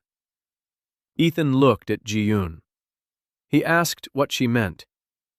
Ji-yoon said that they knew about Marcus Hall only from rumors and stories told by couriers.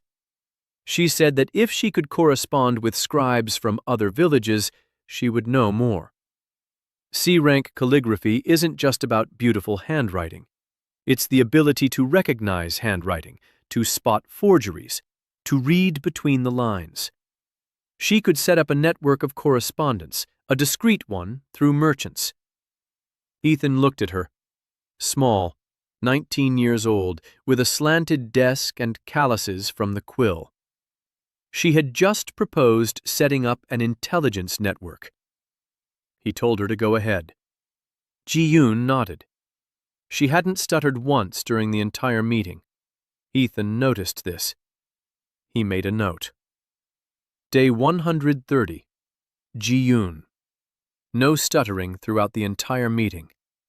Coincidence or systematic progress? Monitor.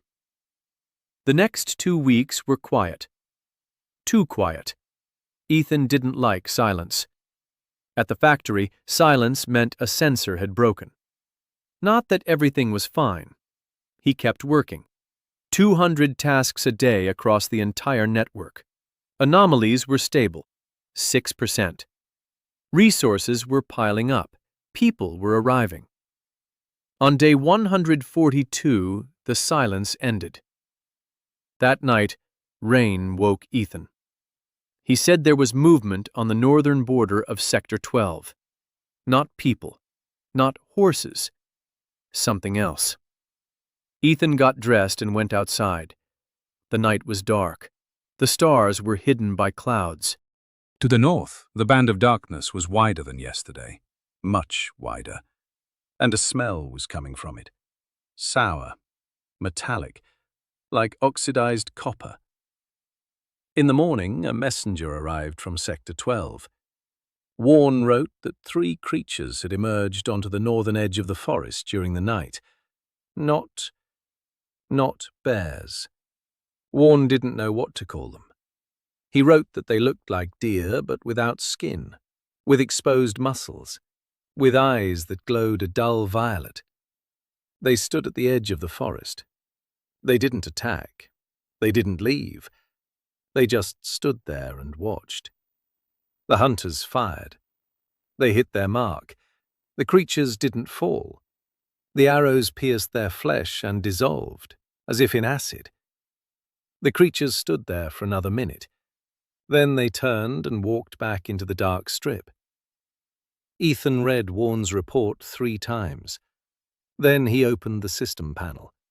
He found the section on the fissures. The system provided little information. The fissures are zones of reality distortion on Aetheria's northern border. Distorted creatures emerge from the faults. The faults are expanding. The rate of expansion is unknown. The system recommends that the lords of the northern territories prepare their defenses. Ethan made a note. Day 142. First contact with the distorted ones. 3 creatures at the edge of Sector 12. They showed no aggression. Arrows are ineffective. Weapons dissolve upon contact. Below the entry he wrote, "We need different weapons." He went to see May. He explained. May listened. Then she said that if ordinary steel dissolves, then we need something unusual. She asked if he had any samples. Ethan said he didn't. May said that without a sample, she'd be working in the dark. Ethan said he'd bring one. Clarissa said he shouldn't go to the northern border. Ethan said he would go. Clarissa said he was the only lord, and if he died, everything would fall apart. Ethan said he'd considered that. He said the risk was acceptable. Clarissa asked, "For whom?" Ethan didn't answer. He left the next day. He took Rain and 4 archers, on Ashley's horse. Red, the red mare, stayed home. Ashley gave him another one, a grey one, a calm one, named Dust. They reached Section 12 by evening. Warren met them at the entrance to the ravine. He said the creatures had appeared twice more, the same group, 3 of them. They stood there. They watched. Then they left. Ethan asked to be shown the spot. Warren led him to the northern edge of the forest. Ethan stood and looked. The forest ended there. Beyond it lay a field. Beyond the field lay a dark band. Up close it looked different than it had from the hill near Mossy Ravine. It was neither fog nor shadow.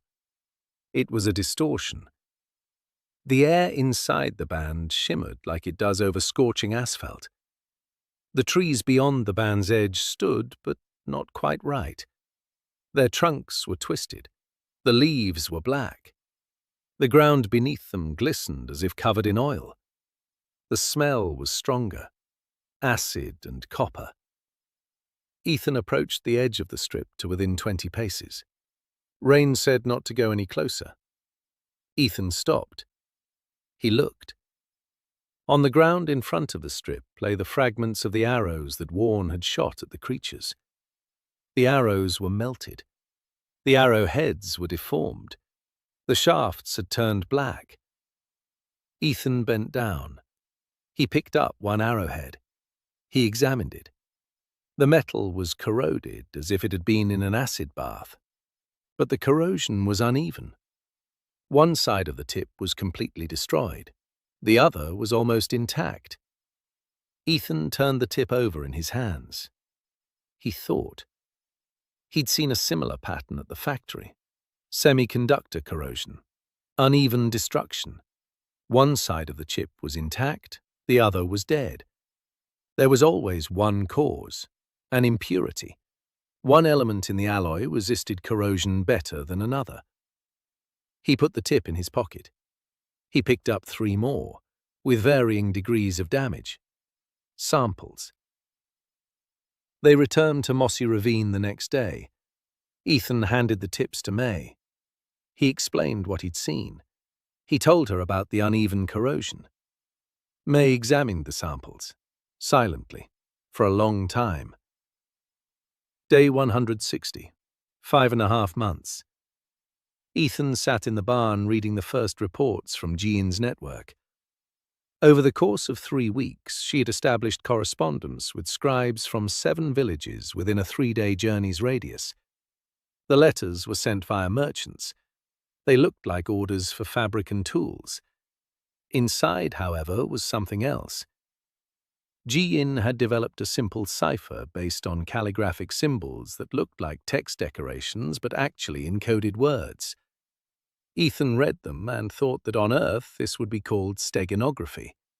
Here it was called Ji-in's handwriting. The reports painted a picture that Ethan did not like. Marcus Hall was moving faster than expected. Over the past 2 months, Golden Dawn had absorbed 11 small lordships. The total population under Marcus's control had exceeded 6,000. The army had grown to 4,000 fighters. 500 of them were rank B or higher, 12 A-rank fire mages. Marcus wasn't just seizing territory, he was building roads, fortifications, markets, schools for fighters. He wasn't a plunderer, he was an empire. Ethan looked at the numbers and thought that Marcus Hall was doing the same thing he was, only on a different scale, and with a different method. Marcus built from the top down. Power, subordination, order. Ethan built from the bottom up. Resources. People. Silence. On the 165th day, a letter arrived from Marcus, not via a messenger, via a diplomat, the same one who had visited Ashley. The diplomat arrived at the palisade of Mossy Ravine riding a white colt, wearing a white cloak with a gold trim, smiling, young, with an A-rank diplomacy talent. His name was Roland. Roland said that Lord Marcus Hall was inviting Lord Ethan Park to a private meeting, on neutral ground, without guards, just the 2 of them, in 2 weeks. Ethan asked why. Roland said that Lord Hall was impressed that Lord Park had built it in 5 months with a diplomacy talent of 0.0001%. He said that Lord Hall sees Lord Park as a potential ally. He said the terms would be generous. Ethan said he'd think about it. Roland smiled and left. Clarissa said it was a trap. Rain said it was definitely a trap. May said that if he went, she'd make him some armor. Ethan said he wouldn't go. Not yet. He said he needed to find out more first. He wrote to Ashley. He asked her to find out through her contacts what Marcus knew about Moshist Ravine. Specifically, what were the numbers? What facts? Ashley replied 3 days later. Marcus knew that Ethan had a D+ rating. He knew the population was around 200. He knew there was a high-ranking blacksmith. He knew Ethan took on a lot of small jobs. He didn't know about the network of villages. He didn't know about the secret warehouses. He didn't know about the archers. He didn't know the actual numbers. Ethan looked at the data and made a decision. He would go to the meeting. Clarissa said he'd lost his mind. Ethan said no. He said that Marcus sees a lord with a D+ rating and a talent of 0.0001%. He sees a small village with a good blacksmith. He sees a potential vassal, not a threat. If Ethan refuses the meeting, Marcus might start digging deeper. If he goes, he'll see what Marcus expects to see: a modest lord. Hardworking, frightened, ready to talk. Clarissa asked what would happen if Marcus offered vassalage. Ethan said that in that case he would ask for time to think it over, politely, just as he'd been taught in corporate training. The meeting was scheduled for the 181st day. Neutral territory. A hill in the middle of an empty field, a 2-hour drive from Mossy Ravine. Ethan arrived on dust, alone, without armor, in a work jacket, with a notebook under his arm. Marcus was waiting at the top of the hill. Ethan saw him and understood why this man had assembled an alliance of 12 lords. Marcus Hall was tall, broad-shouldered, with short-cropped blonde hair and a jaw that looked as if it had been carved from stone. He stood in a battle cloak over light armor. A sword with a golden hilt hung at his belt. The panel above his head glowed. The Fire General, SSR rank. A horse stood beside him. Black, huge, about 1.5 times the size of Ashley's horses. Marcus watched as Ethan rode up the slope on a grey mare, wearing a work jacket and carrying a notebook. Ethan saw the corner of Marcus's mouth twitch, not a sneer, surprise. Marcus had expected something else. Ethan dismounted. He bowed politely. "Good afternoon, Lord Hall," he said. Marcus nodded. He said he was glad to finally meet 0 Point in person. Ethan said he preferred the name Ethan. Marcus said that names in Aetheria meant less than titles. Ethan said that titles meant less than deeds. Marcus was silent for a moment. Then he said, "All right." They sat down on the grass at the top of the hill. Marcus was unpretentious. Ethan was too. 2 people on the hill. One in a combat cloak with an SSR rank sword, the other in a work jacket with a notebook. Marcus began to speak. He spoke calmly and confidently, like a man accustomed to giving orders. He said that Aetheria was no game, that the system had brought 10,000 souls here and in 7 months would hold the great ranking, that the bottom 30% would be recalled, that this amounted to 3,000 people, 3,000 lords, and all their subjects. He said he didn't want that to happen. He said the only way to prevent it was to unite everyone under one banner, one army, one economy, one law. He said that the Golden Dawn wasn't a conquest, it was salvation. Ethan listened. He didn't interrupt. He was taking notes in a notebook. Marcus noticed this. He asked what he was writing down. Ethan said they were key points. Marcus raised an eyebrow. He said that no one had ever taken notes on his speeches before. Ethan said that at the factory he'd been taught that verbal agreements don't exist. Marcus smirked, his first real emotion. Ethan noticed. He wrote it down. Marcus continued. He said he was offering Ethan a place in Golden Dawn, not vassalage, partnership. Day 185. 6 months and 5 days in Aetheria. Ethan stood in a secret warehouse beneath the eastern hill and counted. Not resources, people. The system panel displayed the total number of Lord Ethan Pack's subjects. 813. 813 people in 5 villages, plus Ashley's 27 people in the allied village, a total of 840 souls under his influence. Fighters, 86 archers, 52 swordsmen, 31 spearmen, 12 mounted scouts trained by Ashley, 6 C-rank healers, 2 C-rank mages, all registered as civilians. On paper, Ethan didn't have a single soldier. Resources: 10 months' worth of supplies for 1,000 people, 12,000 standard arrowheads, 400 arrowheads made from the new May alloy, 800 swords, 300 spears, 2,000 quilted jackets, 600 pairs of boots. Each pair was tailored to the specific size of the wearer's foot. Ethan insisted. Clarissa called him crazy. He said that a blistered foot meant a 10% reduction in combat effectiveness on the 3rd day of the march. She said he was unbearable. He said they'd told him the same thing at the factory. Clarissa sat next to him, balancing the half-year financial statements. Her steel-framed glasses sat perfectly in place.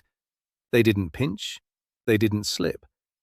She'd gotten used to them over the past 3 months and no longer remembered what it was like to wear wooden ones. Ethan looked at the balance sheet. The numbers looked good. Growth was stable.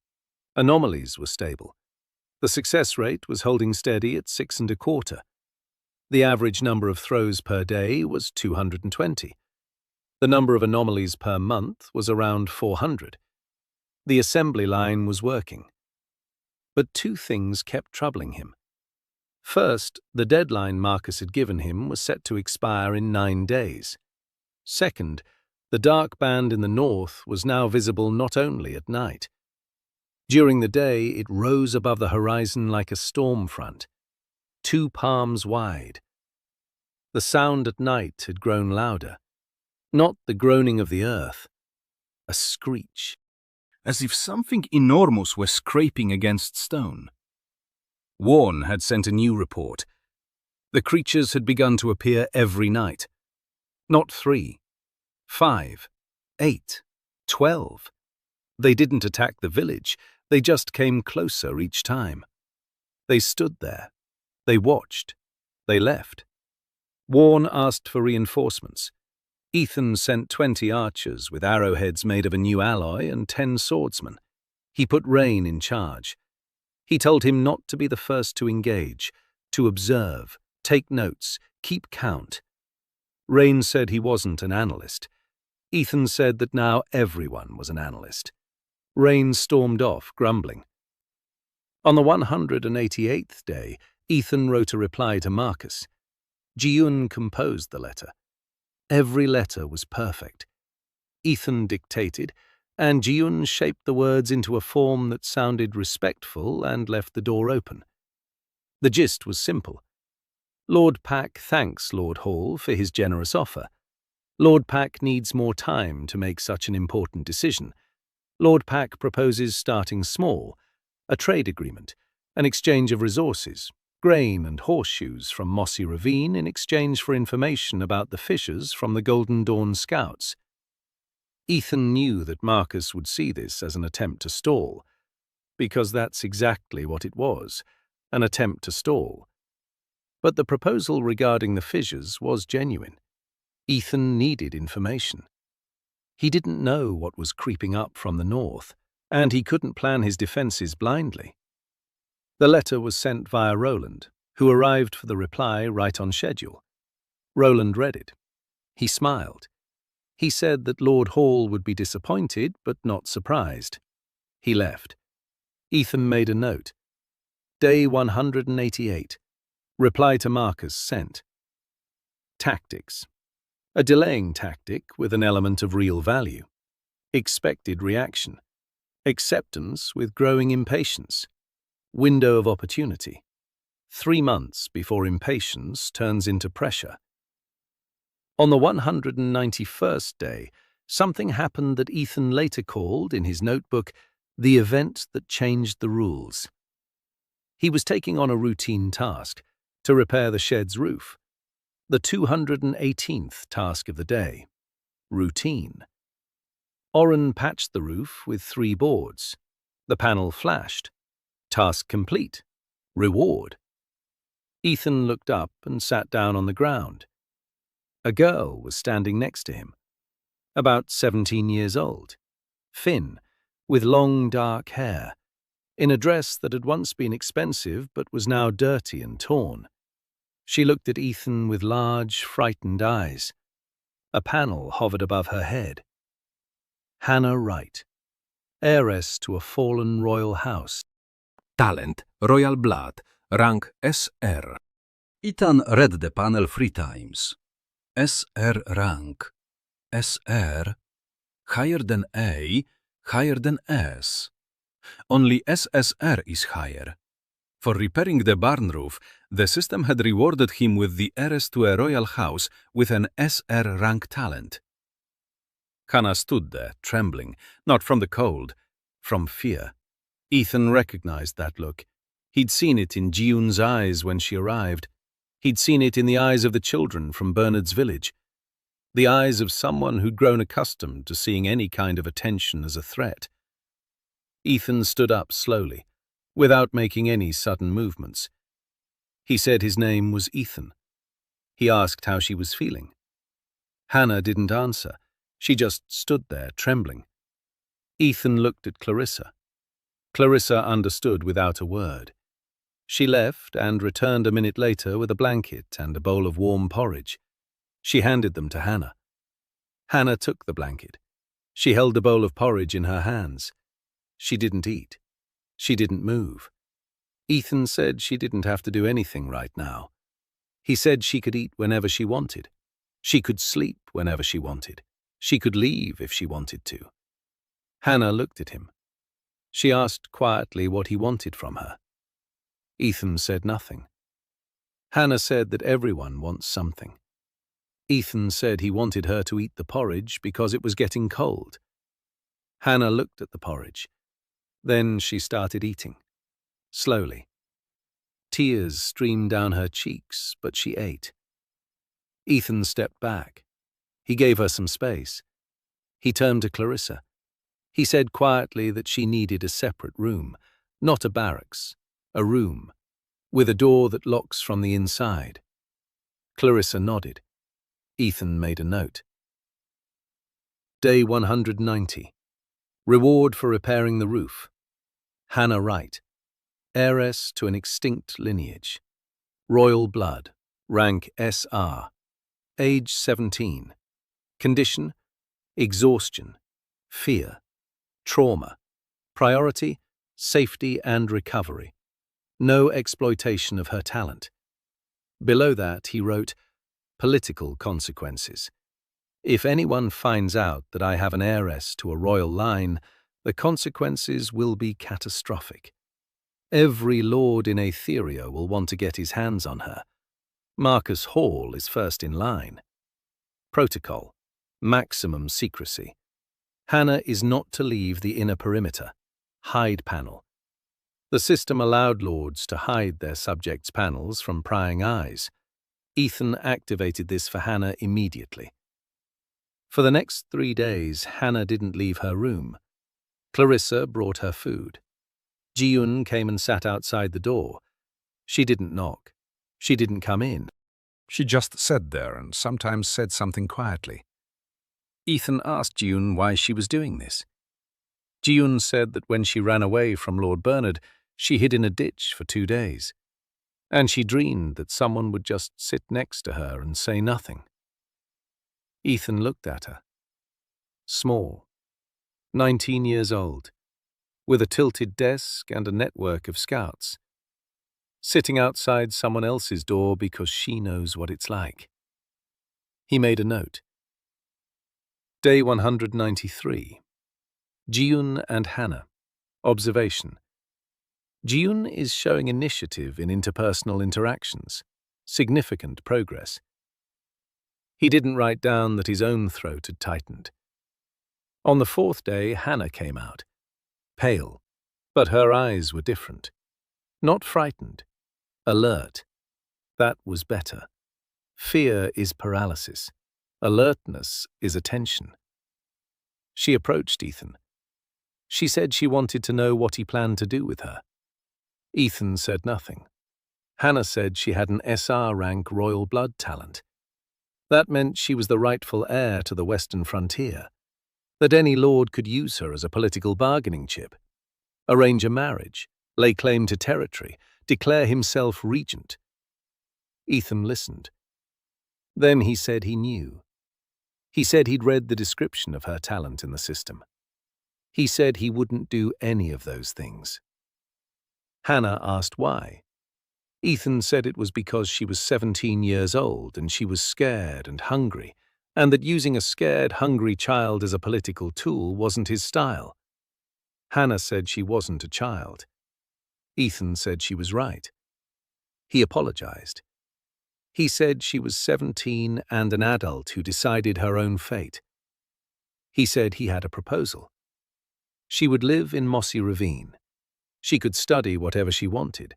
She could work if she wanted to. In 3 years, when she turned 20, she would decide for herself whether to go to her throne or stay. He wouldn't stand in her way either way. Hannah looked at him for a long time. Then she asked, "What if she decides to leave?" Ethan said that in that case he'd give her provisions for the journey and an escort to the border of the western frontier. Hannah asked, "What if she decides to stay?" Ethan said that in that case he would give her a seat at the common table.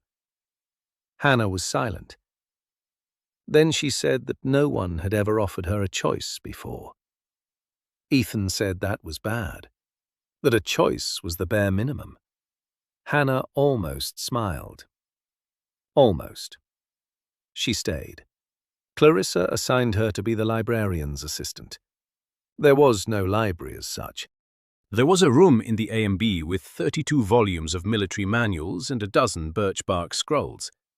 Hannah began cataloguing them. Quietly, methodically, with handwriting that wasn't as beautiful as Ji-Eun's but was very neat. Ethan noticed that she read quickly. She memorized things on the first try. The 200th day. Ethan stood on the roof of the stone warehouse and looked north. The dark band had risen above the horizon. Now it occupied a quarter of the sky. During the day, it looked like a stationary storm front. At night, it glowed a dim purple. Rain had sent a report from Sector 12. The creatures had started coming during the day. Not 3, not 12, 40. They no longer stood and watched. They were moving along the edge of the forest, looking for a way through. May's new arrowheads were working. The archers had shot 6 of them. The creatures fell but did not die. They lay on the ground, twitching. An hour later, they dissolved into a black sludge that seeped into the soil. Where the sludge seeped in, the grass turned black and stopped growing.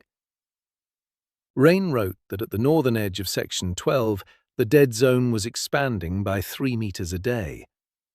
Ethan read the report. He did the math. 3 meters a day. 90 meters a month. The dead zone was now 400 meters from Section 12. 4.5 months. It was a 3-hour walk from Section 12 to Mossy Ravine.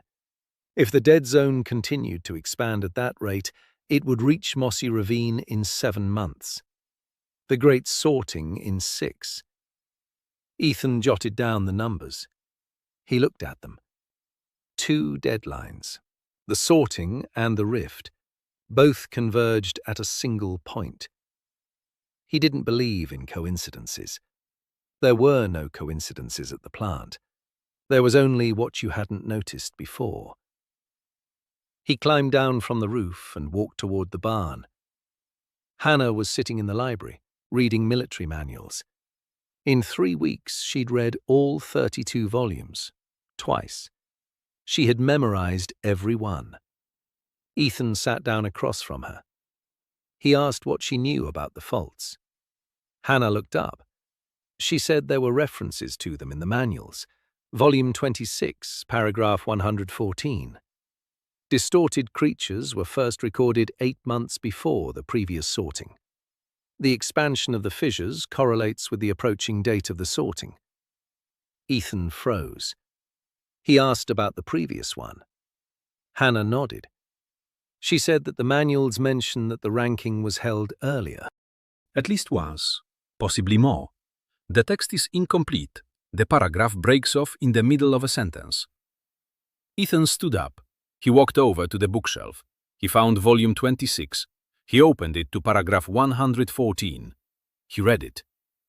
Hannah was right.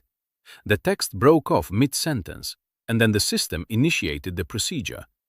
The rest of the page had been torn out. No, not torn out. Dissolved.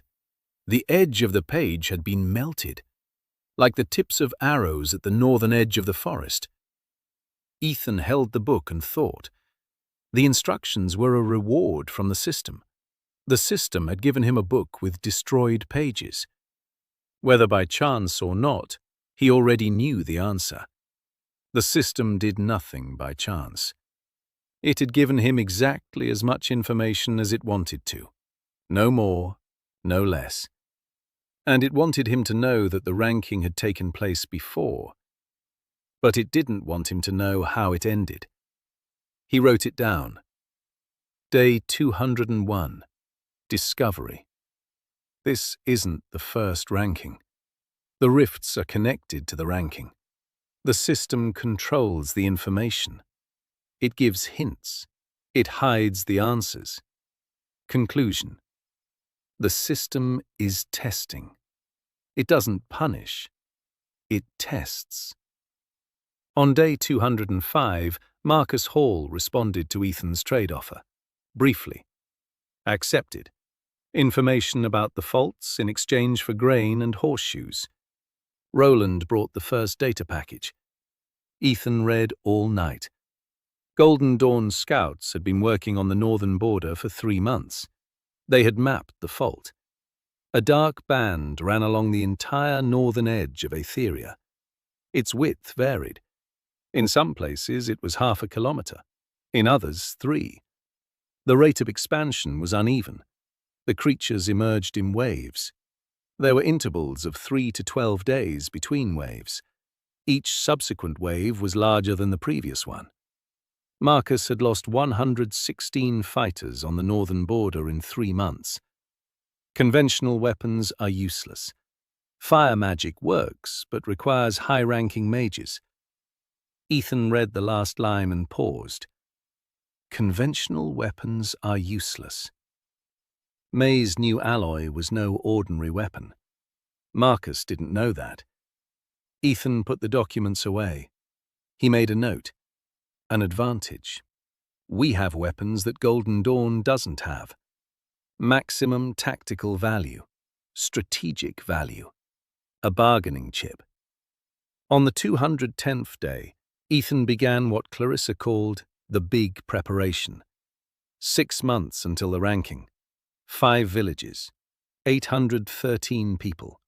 And 2 fronts. Marcus from the southwest, The rift from the north. He spread the map out on the table in the barn. He called everyone together. Clarissa, May, Reina, Jiyun, Vorna. Ashley, who had arrived that morning with news of Golden Dawn's movements along the southern borders, And Hannah, whom he had called in for the first time. Hannah entered quietly. She sat down in a corner. Ethan said that each of them needed to know the big picture. He drew a diagram on birch bark. Mossy ravine in the center. 4 villages on either side. The rift at the top. Golden Dawn to the left and below. Open space to the right. Everything was narrowing in, like a vice. He said they had 6 months. In those 6 months, they needed to triple the size of the army, finish building the fortifications, create a stockpile of weapons made from the new alloy, set up production in every village, and, most importantly, pass the ranking. Not at the top, in the middle, without drawing attention. Clarissa asked why in the middle. Ethan said that the top is a spotlight. Everyone will see, everyone will want it. The bottom is death, elimination. The middle is the shadow, a place where you go unnoticed. Rain said you can't fool the system. The ranking measures real strength. Ethan said he knew. He said he wasn't going to deceive the system. He was going to give it exactly what it wanted to see. A D+ rating. A modest lord. Hard-working. Talentless. Day 260. 9 months in Etheria. Winter came early. Snow had settled on the roofs of 5 villages and buried the roads between them. Ethan stood at the gate of Mossy Ravine and looked out at the white expanse. People were coming down the path from over the hill, many of them. Women, children, old people, in tattered cloaks, carrying bundles. Some were barefoot in the snow. Clarissa approached. She counted them. She said there were about 200. Ethan asked where they were from. Clarissa said from the northwest, the territory of the former Lord Karen. Ethan knew that name.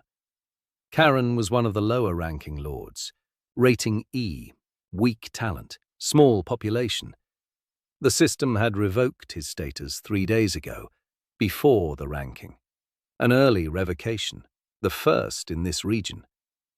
Karen's people were walking through the snow because they had nowhere else to go. The system had marked them as unclaimed. 7 days until they vanished. They were heading south, toward the nearest lord who would take them in. Ethan opened the gate and went out to meet them. A woman with 2 children approached first. A boy of about 5 was clinging to her skirt. A girl of about 3 was asleep in her arms. The woman said they'd been walking for 2 days, that the children hadn't eaten since yesterday morning. Ethan looked at the children, at their hands blue from the cold. Then he turned to Clarissa. Clarissa already knew. She had gone to the warehouses. Ethan looked at the 200 people standing before him in the snow. Frostbitten, hungry, terrified. According to the system's rules, taking in marked strays was a risk. Their status lowered the host lord's overall rating. Because of this, other lords refused to take in refugees. They drove them away. Ethan opened all the warehouses, 3 secret storerooms. Clarissa stood watching as the peasants carried out sacks of grain, blankets, boots, quilted jackets. May brought 20 knives out of the smithy, simple ones, work knives for every family. Jiyun came out with a stack of birch bark and began writing down names. Everyone, without a stutter. Hannah stood in the library doorway and watched. Ashley arrived an hour later. She brought 40 more blankets on 3 horses. Ethan hadn't called for her. She saw the smoke from the bonfires and came on her own. 200 people received food, warmth, a roof. Clarissa distributed them among 5 villages. Ethan kept count. The population had jumped to just over 1,000. Their ranking dropped half a rank due to their status as stateless. Supplies had been reduced by 2 months' worth. He stood by the fire that evening, and Clarissa stood beside him. She was silent. Then she said she understood. Ethan asked what. Clarissa said that for months he'd been taking on assignments for blankets, for boots, for jackets, for stew. Everyone laughed. Even she didn't understand why so many blankets, why 600 pairs of boots, why 2,000 jackets. Now she understood. He knew. Not exactly what would happen, but that someone would come, and that they would be cold. Ethan said he hadn't known. He said he'd been preparing for the possibility. Clarissa said it was the same thing. Ethan disagreed, but he didn't argue. Clarissa was crying, quietly, with her face turned away. Ethan saw it. He didn't write it down. 3 days after the refugees arrived, Ethan received a message from the system. A gold one, not the usual kind. Attention, Lord Ethan Pack. Your actions in taking in the displaced population have been noted. Special assignment. Accept and provide for all unclaimed people within a radius of 20 leagues within 60 days. Reward for each person accepted. Variable. Ethan read it. Special assignment. Gold message. Variable reward. This meant that every person accepted was a separate role, a separate chance to double his reward. He did the math. 200 people had already been taken in. If more refugees arrived from the recalled lordships over the next 2 months, Gium's network reported that 3 more lords in the northwest were on the verge of being recalled, each with a population of 50 to 100 people. That meant a potential 250 more people. 450 additional roles.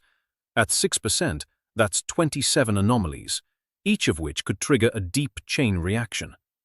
Ethan closed his eyes, opened them, jotted it down. The system rewards saving lives. It doesn't command, it rewards. This is no coincidence. It's by design. The system wants me to save people. It isn't testing strength. It tests choice. Below the entry he wrote, Flag, Seed. The test continues. Over the next 40 days, 3 more waves of refugees arrived. 92 people from the Lordship of Mason, 115 from the Lordship of Werner, 78 from the Lordship of Dean. Ethan accepted them all. The population exceeded 1,400. The rating dropped to D-. The secret stockpiles were depleted by half. But the anomalies were working. Every person accepted is a role. Every role is a chance. Over 40 days, he received 63 anomalous rewards for accepting refugees. Among them, 300 C-rank crossbowmen. They were awarded for a single elderly man accepted from the Mason Lordship. 14 doublings. Ethan sat on the ground and watched as 300 people in identical uniforms stood at attention in the middle of a snow-covered field and saluted him. For the old man. Clarissa said it was madness. Ethan said it was a heavy-tailed Poisson distribution. Clarissa said that didn't help. On the 280th day, the final report came from the Rhine. Sectors 12 had been evacuated. The dead zone had reached the perimeter. The trees at the edge of the forest had turned black and crumbled. The ground had become glassy. The creatures came in waves of 50. The new arrowheads killed them, but slowly. Rain retreated in an orderly fashion, without casualties. Almost. One archer hesitated. A creature touched his hand. His hand turned black up to the elbow. C-rank healers couldn't help him. The archer's name was Sam, 22 years old, left-handed. He loved to sing by the campfire in the evenings. Ethan recorded it. Day 280. First casualty. Sam, archer. An arm lost. A combat unit taken out of action. Below that, he wrote something else.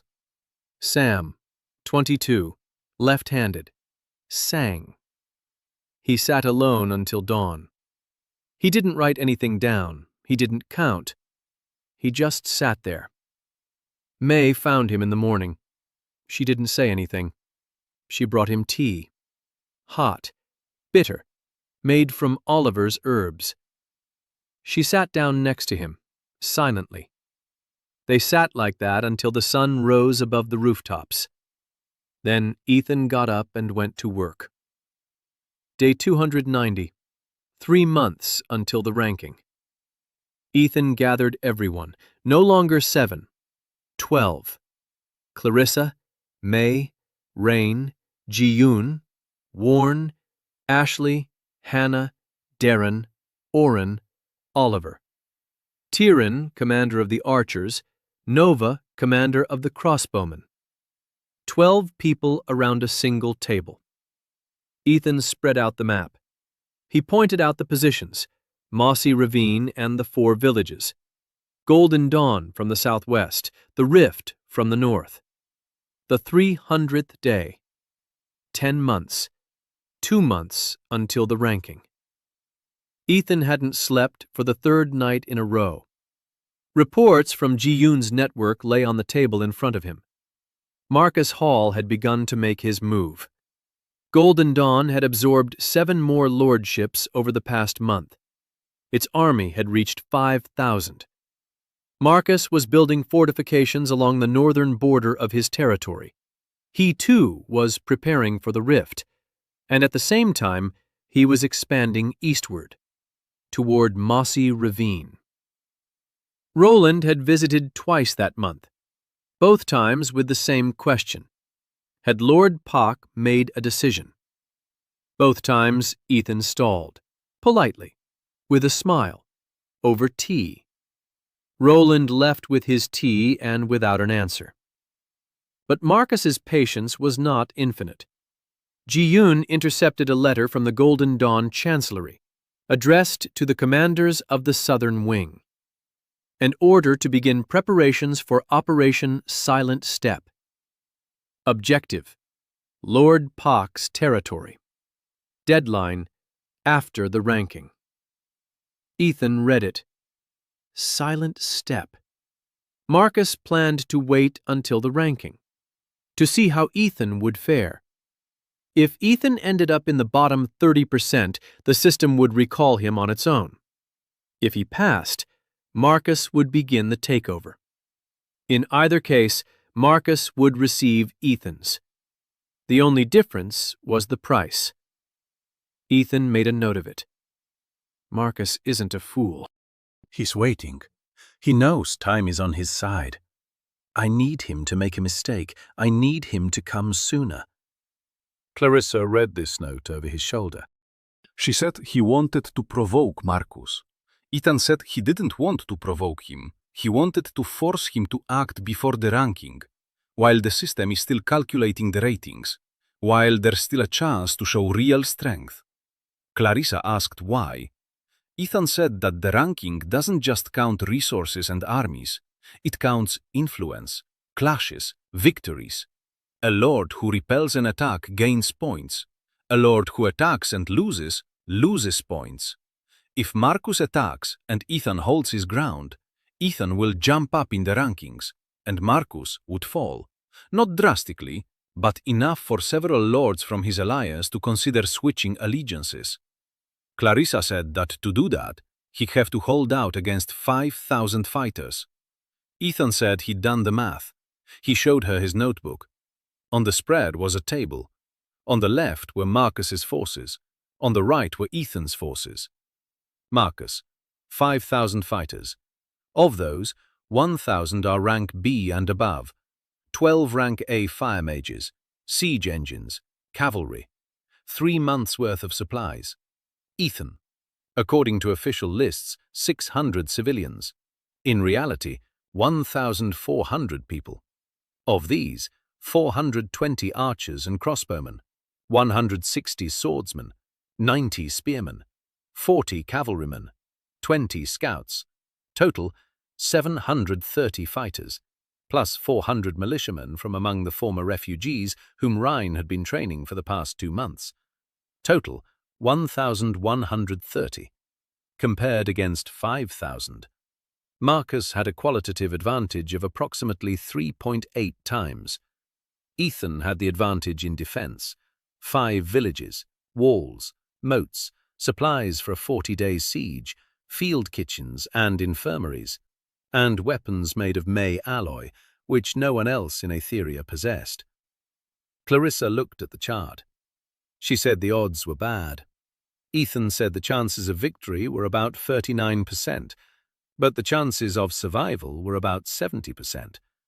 The difference was that he didn't need a victory. He needed Marcus to understand that the price was too high. Clarissa asked how to get Marcus to come sooner. Ethan said it was very simple. You have to show him what he hasn't seen. Real power. On the 310th day, Ethan did 3 things. First, he lifted the Shadow Protocol. All secret warehouses were opened. All fighters were transferred from civilian to military status. Archers became archers.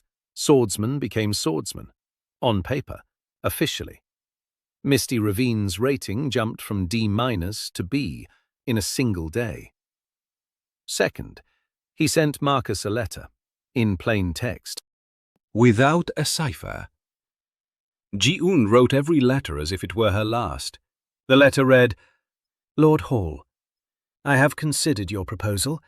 My answer is no, not because I don't respect you, because I disagree with you. You believe that people can be saved by subjugating them. I believe that people can be saved by giving them a choice. We will not reach an agreement. But I prefer honesty to false hope. Sincerely, Lord Ethan Pack. Mossy Ravine, 3rd. Sent a second letter. Lee So-min, to the Talent Assessment Guild. It contained a single line. I have a weapon against the corrupted. If the guild is interested, I'm willing to share it. 2 letters, 2 fronts. A provocation for Marcus, a trump card for the guild.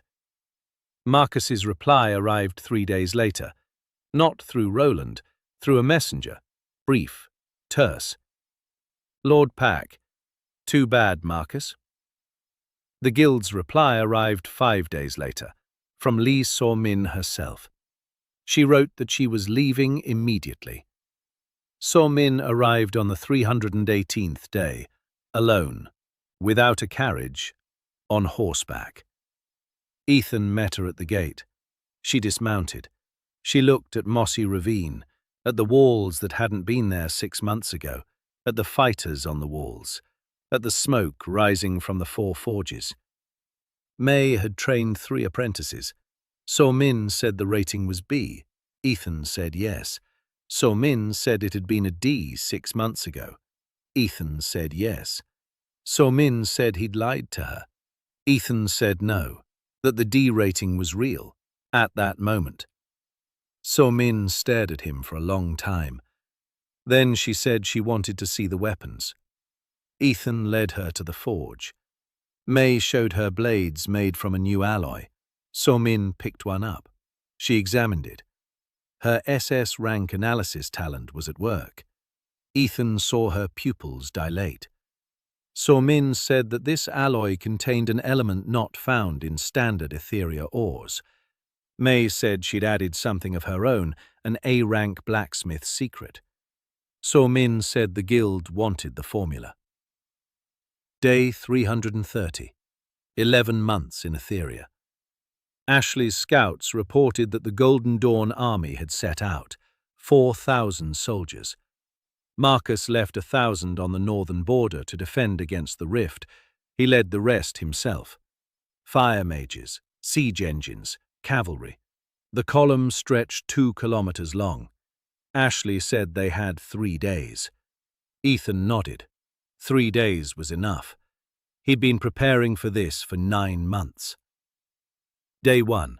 Mobilization. Clarissa initiated the protocol they'd rehearsed 3 times. Every village knew its role. Mossy Ravine was the center. The walls, the warehouses, the hospital. Sectors 15 and 20 were the flanks. archers, ambushes, traps. Ashley's village was the cavalry, the mobile reserve. The evacuated Sector 12 no longer existed. Its people had long since been distributed among the other villages. The population of each village had received instructions. Non-combatants were to go to the eastern cave, the expanded one, the fortified one, with a 40-day supply of food. Children, the elderly, the wounded, herbalist Oliver, Hannah. Hannah didn't want to leave. She said her talent, royal blood, could help. Ethan asked how. Hannah said she didn't know, but she could feel it. Ethan said that feelings aren't facts. He said she was going into the cave. Hannah looked at him the way she'd never looked at him before. Not with fear, not with wariness, with anger. She said he'd promised her a choice. Ethan fell silent. She was right. He had promised. He said, "All right." He said she would stay at headquarters, in the barn, with Clarissa, far from the battle, but kept in the loop. Hannah nodded. Day 2. Fortifying their positions. Rain deployed the archers. 420 archers on the walls and in the trees along the road. Arrowheads made of May alloy. Every archer knew his sector. Each sector was sighted in. Warne commanded the spearmen, 90 men behind the moat. Tyrin commanded the crossbowmen, 300 archers in positions along the eastern slope. 400 militiamen stood in reserve, in quilted jackets, with spears, well fed, in boots that fit. Ashley led the cavalry to the southern hill. 40 horsemen, not enough for an attack, enough for a rear assault once the enemy was bogged down. May worked until the very last minute, forging spearheads. She forged blades. She sharpened swords. When Ethan came to her on the evening of the second day, she was standing by the forge, drenched in sweat. Ethan said that was enough. May said 10 more swords. Ethan said 10 swords wouldn't change the outcome. May looked at him. She said that every sword represented someone's life. Ethan said nothing. She was right. May finished forging the 10 swords. By midnight. Ethan sat beside her and didn't take any notes. He just sat there. The third day. Dawn. Marcus Hall's army appeared on the western horizon. Ethan stood on the roof of a stone warehouse. He watched. The column marched steadily and confidently. Spears glinted in the morning sun. The banners of the Golden Dawn fluttered. Gold on white. Marcus rode ahead on a black horse. Even from a distance of a kilometer, Ethan could see him. Broad shoulders, a straight back, a battle cloak. The Fire General, SSR rank. The army came to a halt a kilometer away. Ethan saw him. Broad shoulders, a straight back, a battle cloak. The Fire General, SSR rank. The army came to a halt a kilometer away. Ethan saw him. Broad shoulders, a straight back, a battle cloak. The Fire General, SSR rank. The army came to a halt a kilometer away. Ethan saw him. Broad shoulders, a straight back, a battle cloak. The Fire General, SSR rank. The army came to a halt a kilometer away. Ethan saw him. Broad shoulders, a straight back, a battle cloak. The Fire General, SSR rank. The army came to a halt a kilometer away. Ethan saw him. Broad shoulders, a straight back, a battle cloak. The Fire General, SSR rank. The army came to a halt a kilometer away. Ethan saw him. Broad shoulders, a straight back, a battle cloak. The Fire General, SSR rank. The army came to a halt a kilometer away. Ethan saw him. Broad shoulders, a straight back, a battle cloak. The Fire General, SSR rank. The army came to a halt a kilometer away. Ethan saw him. Broad shoulders, a straight back, a battle cloak. The Fire General, SSR rank. The army came to a halt a kilometer away. Ethan saw him. Broad shoulders, a straight back, a battle cloak. The Fire General, SSR rank. The army came to a halt a kilometer away. Ethan saw him. Broad shoulders, a straight back, a battle cloak. The Fire General, SSR rank. The army came to a halt a kilometer away. Ethan saw him. Broad shoulders, a straight back, a battle cloak. The Fire General, SSR rank. The army came to a halt a kilometer away. Ethan saw him. Broad shoulders, a straight back, a battle cloak. The Fire General, SSR rank. The army came to a halt a kilometre away. Ethan saw him. Broad shoulders, a straight back, a battle cloak. The army came to a kilometre away. Ethan could see him. Broad shoulders, straight back, a battle cloak. A fiery commander with the rank of SSR. The army came to a halt at the foot of the hills. Marcus rode forward, alone. He climbed the hill opposite Mossy Ravine. He looked down and froze. Ethan knew what he was seeing. All along the valley, stretching to the horizon, people stood in even rows. Not elite fighters, not heroes in shining armor. Ordinary people, in quilted jackets, with spears, each one in warm clothing, each one well-fed, each wearing boots that fit. 1,130 fighters. Plus 400 militiamen. 1,530 people. Behind them stood the walls of 5 villages, supply trains, field kitchens, field hospitals, moats, barricades. It's all boring. It's all predictable. Marcus stood on the hill and watched, for a long time. Ethan climbed down from the roof, walked through the gate, stepped out onto the road, alone, without armor, in a work jacket, with a notebook under his arm. He climbed the hill toward Marcus. Clarissa shouted after him that he was an idiot. May didn't shout anything. She just clenched the pliers so tightly that her fingers turned white. Ethan reached the top. Marcus stood 10 paces away. He looked at him, at the work jacket, at the notebook. Ethan bowed politely. He said, "Good afternoon, Lord Hall." Marcus was silent.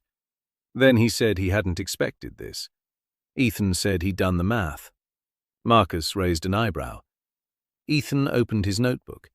He said that Marcus had a quality advantage of approximately 3.8 times, that Ethan had a quantity advantage of approximately 2.8 times and fully secured logistics for a 40-day siege, that if they started now, Marcus would win with a probability of about 61%, that he would lose no less than 70% of his army, and Golden Dawn would collapse in a month, because the rift from the north wouldn't wait for Marcus to recover.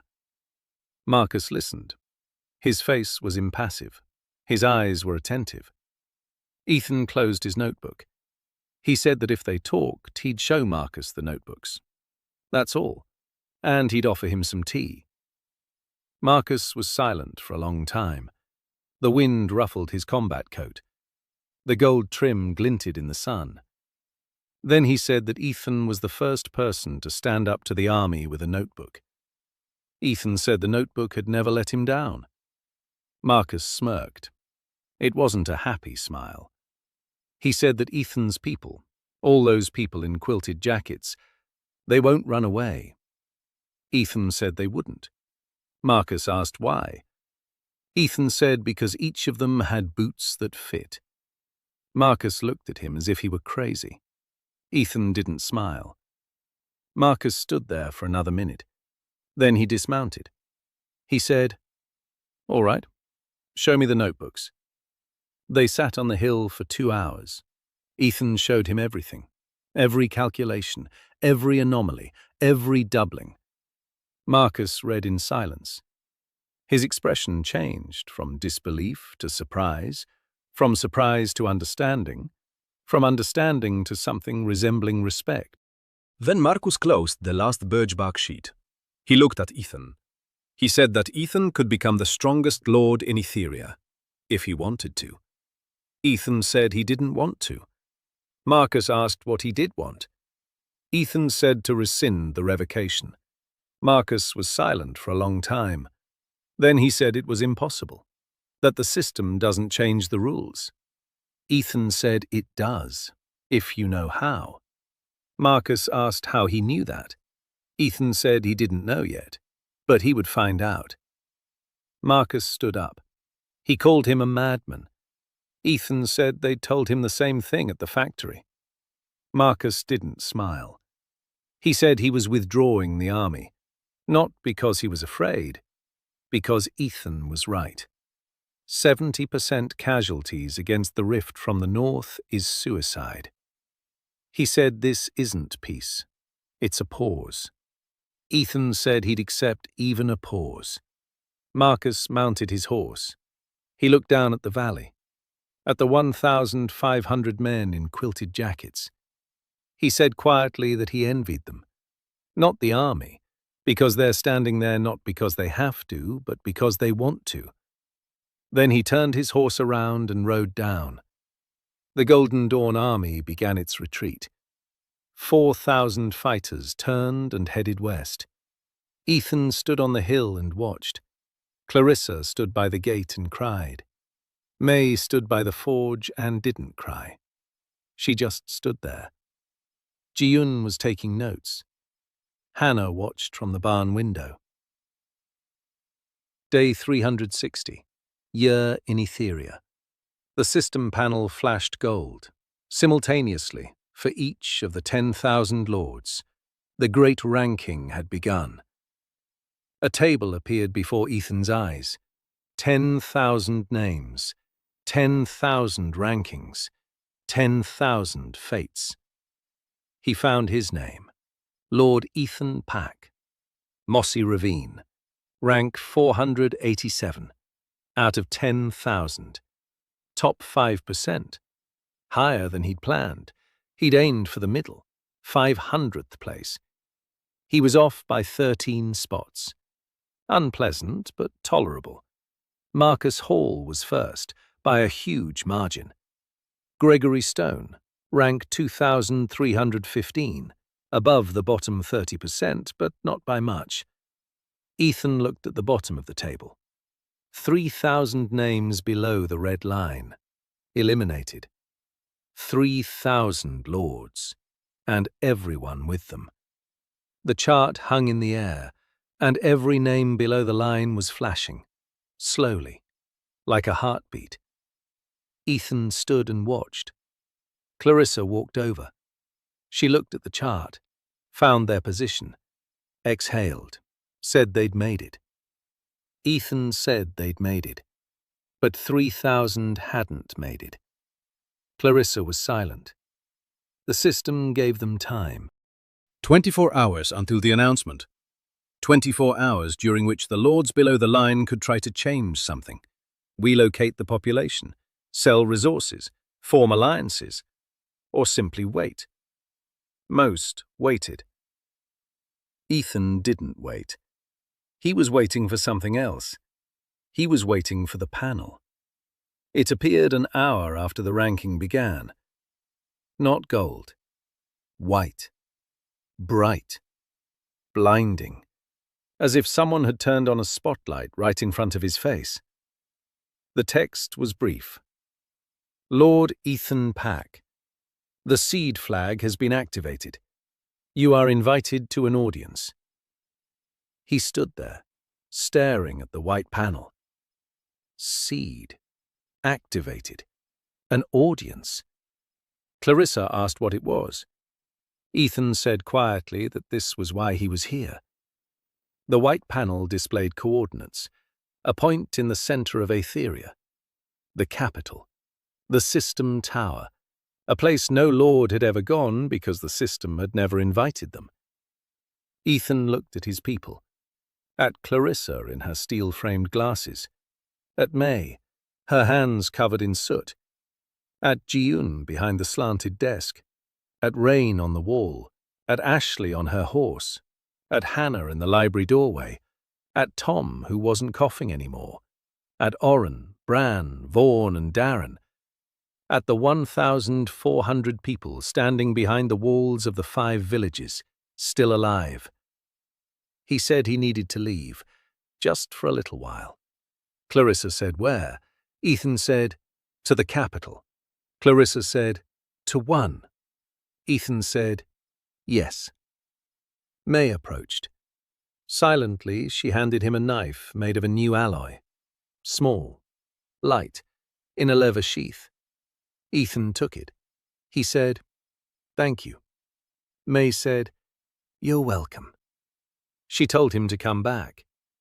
Ji-yoon ran up. She held out a folded Birch Barracks sheet. She said it was for good luck. Ethan unfolded it.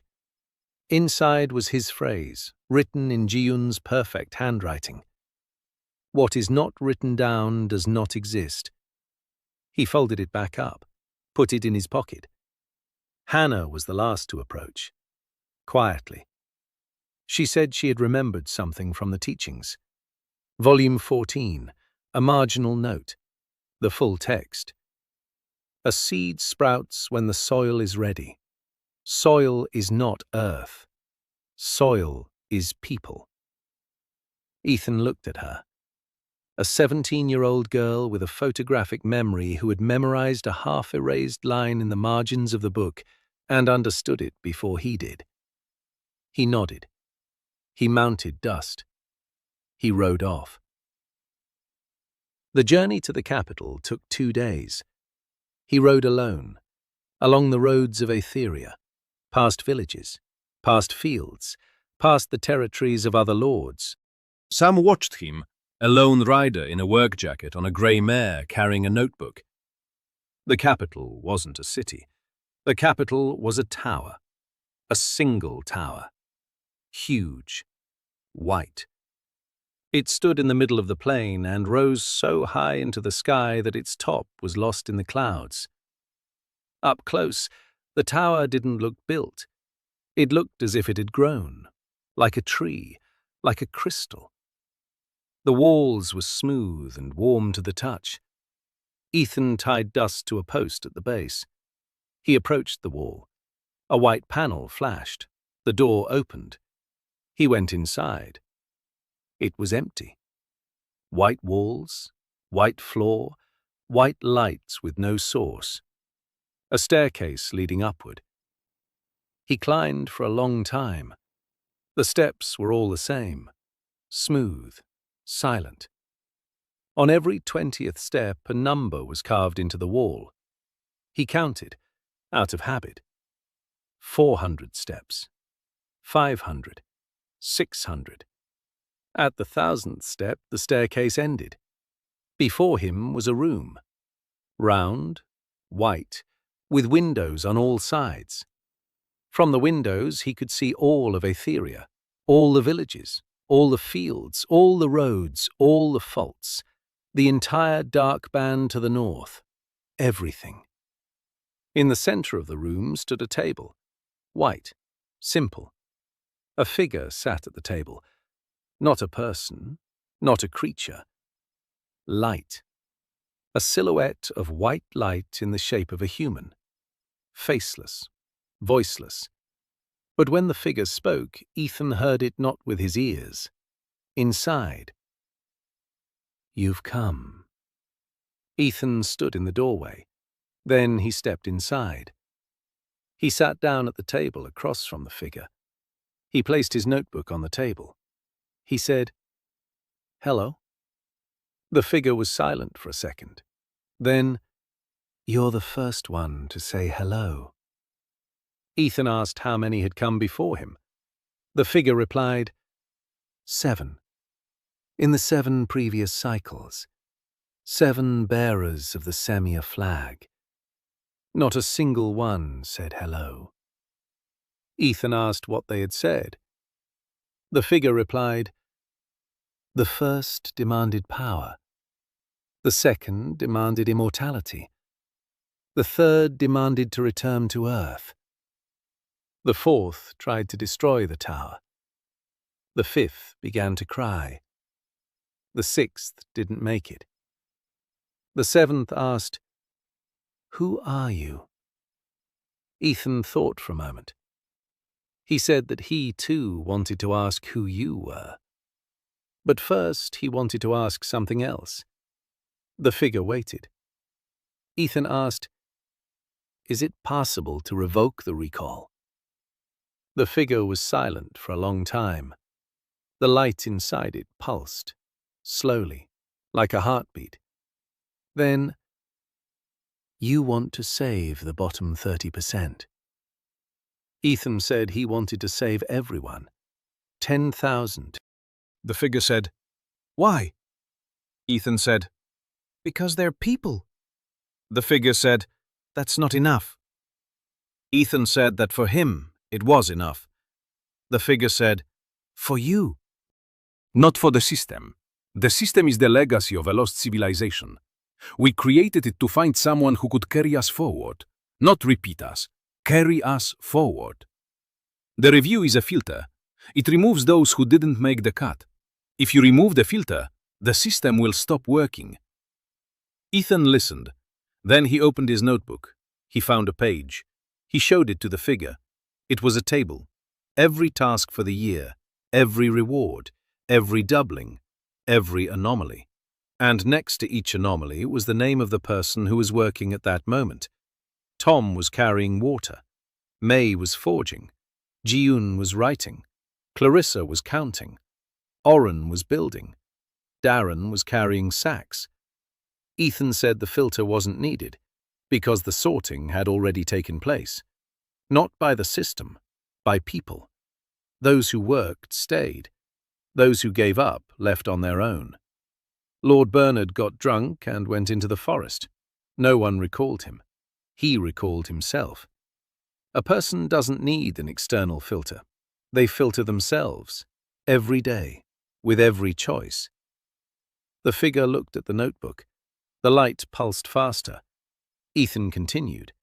He said that over the course of a year he had completed more than 70,000 assignments, not because the system forced him to, because every assignment is a roll of the dice. Every roll is a chance. Every chance is someone's life. He said he wasn't a hero. He was an analyst. He calculates. And his calculations show that a recall doesn't make the system stronger. It makes it weaker. He said that losing 3,000 lords and all their villages isn't a culling. It's an amputation. The figure was silent. Then she asked a question. If I give you the right to change one rule, just one, you'll revoke the recall and ask for nothing else. Ethan said yes. The figure said, You could have asked for power over the entire system. You could have become a god of this world. You could have returned to Earth. You could have gained immortality. You're asking to overturn the punishment for people you don't even know. Ethan said he knew. Not all of them, but some. He said that Gregory Stone, the fat guy who humiliated him on the first day, is now at position 2,315.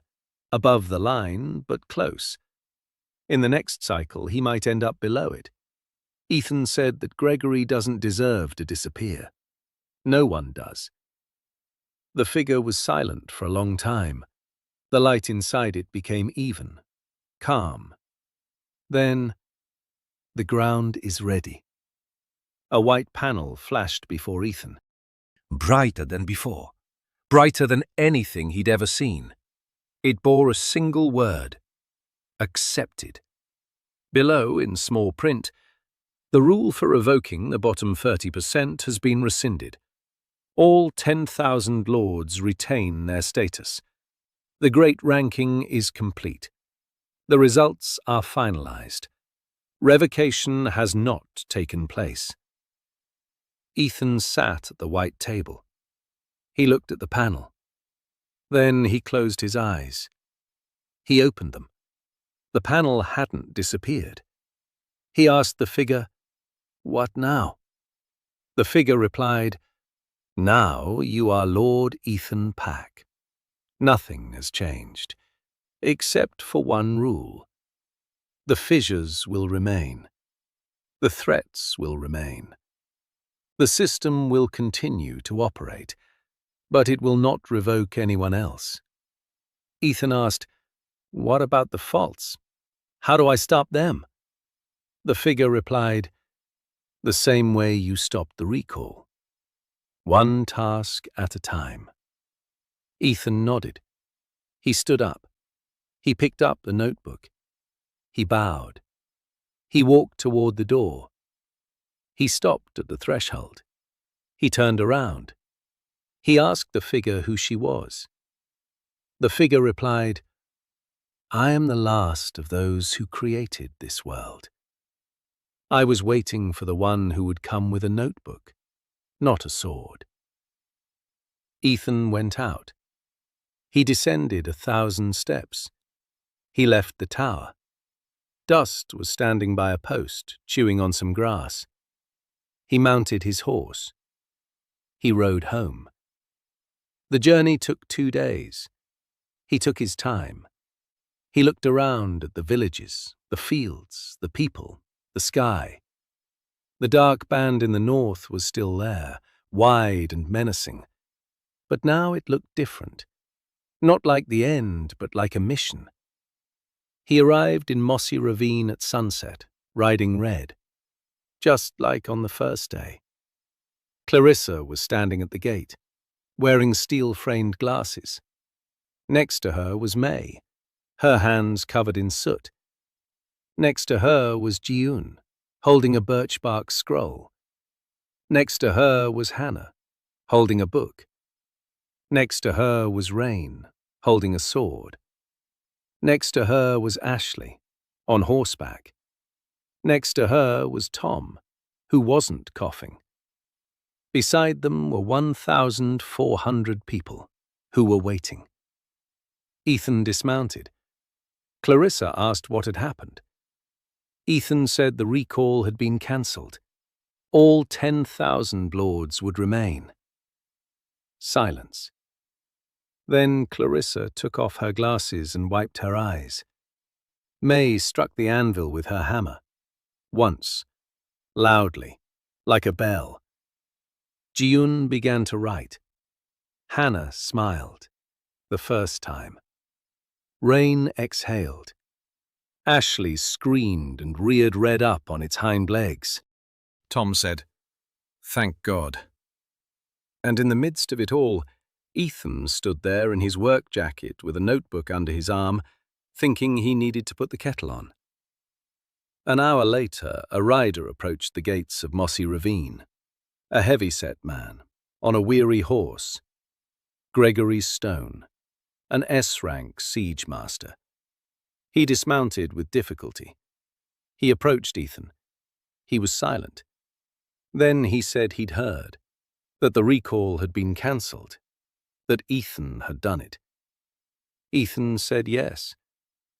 Gregory was silent for another minute. Then he said he wanted to ask to become a vassal. Ethan looked at him. At the fat man who, on the first day, had offered him a sack of millet in exchange for peasant women, who had laughed at 0, who had been pushing him around, who had sent soldiers after him, who had tried to swallow him up. Ethan said, "All right." He turned to Clarissa. He asked for tea. 2 cups. Identical. Ordinary. Play. Clarissa brought them. Ethan handed one to Gregory. Gregory took it. He looked at the cup. Simple. Play. No gilding. No coat of arms. Just like Ethan's. Just like everyone's in Mossy Ravine. Gregory took a sip. Then he said the tea was good. Ethan said that Oliver picks mint by the stream every morning. They stood by the gate and drank tea. 2 lords. One in a work jacket, the other in a crumpled raincoat. The sunset was fading. Red. Dense. Ethereal. Beyond the northern horizon, the strip of the rift was darkening. But that was tomorrow. Right now, it was tea time. Ethan took out a notebook. He opened it to a blank page. He wrote, Day 365, Year 1. Results. Population, 1,418. Villages, 5. Allies, 2. Cups of tea drunk. He fell into thought. He didn't count. For the first time in a year, he didn't count. Instead of a number, he wrote a word. Enough. He closed the notebook, finished his tea, went to bed.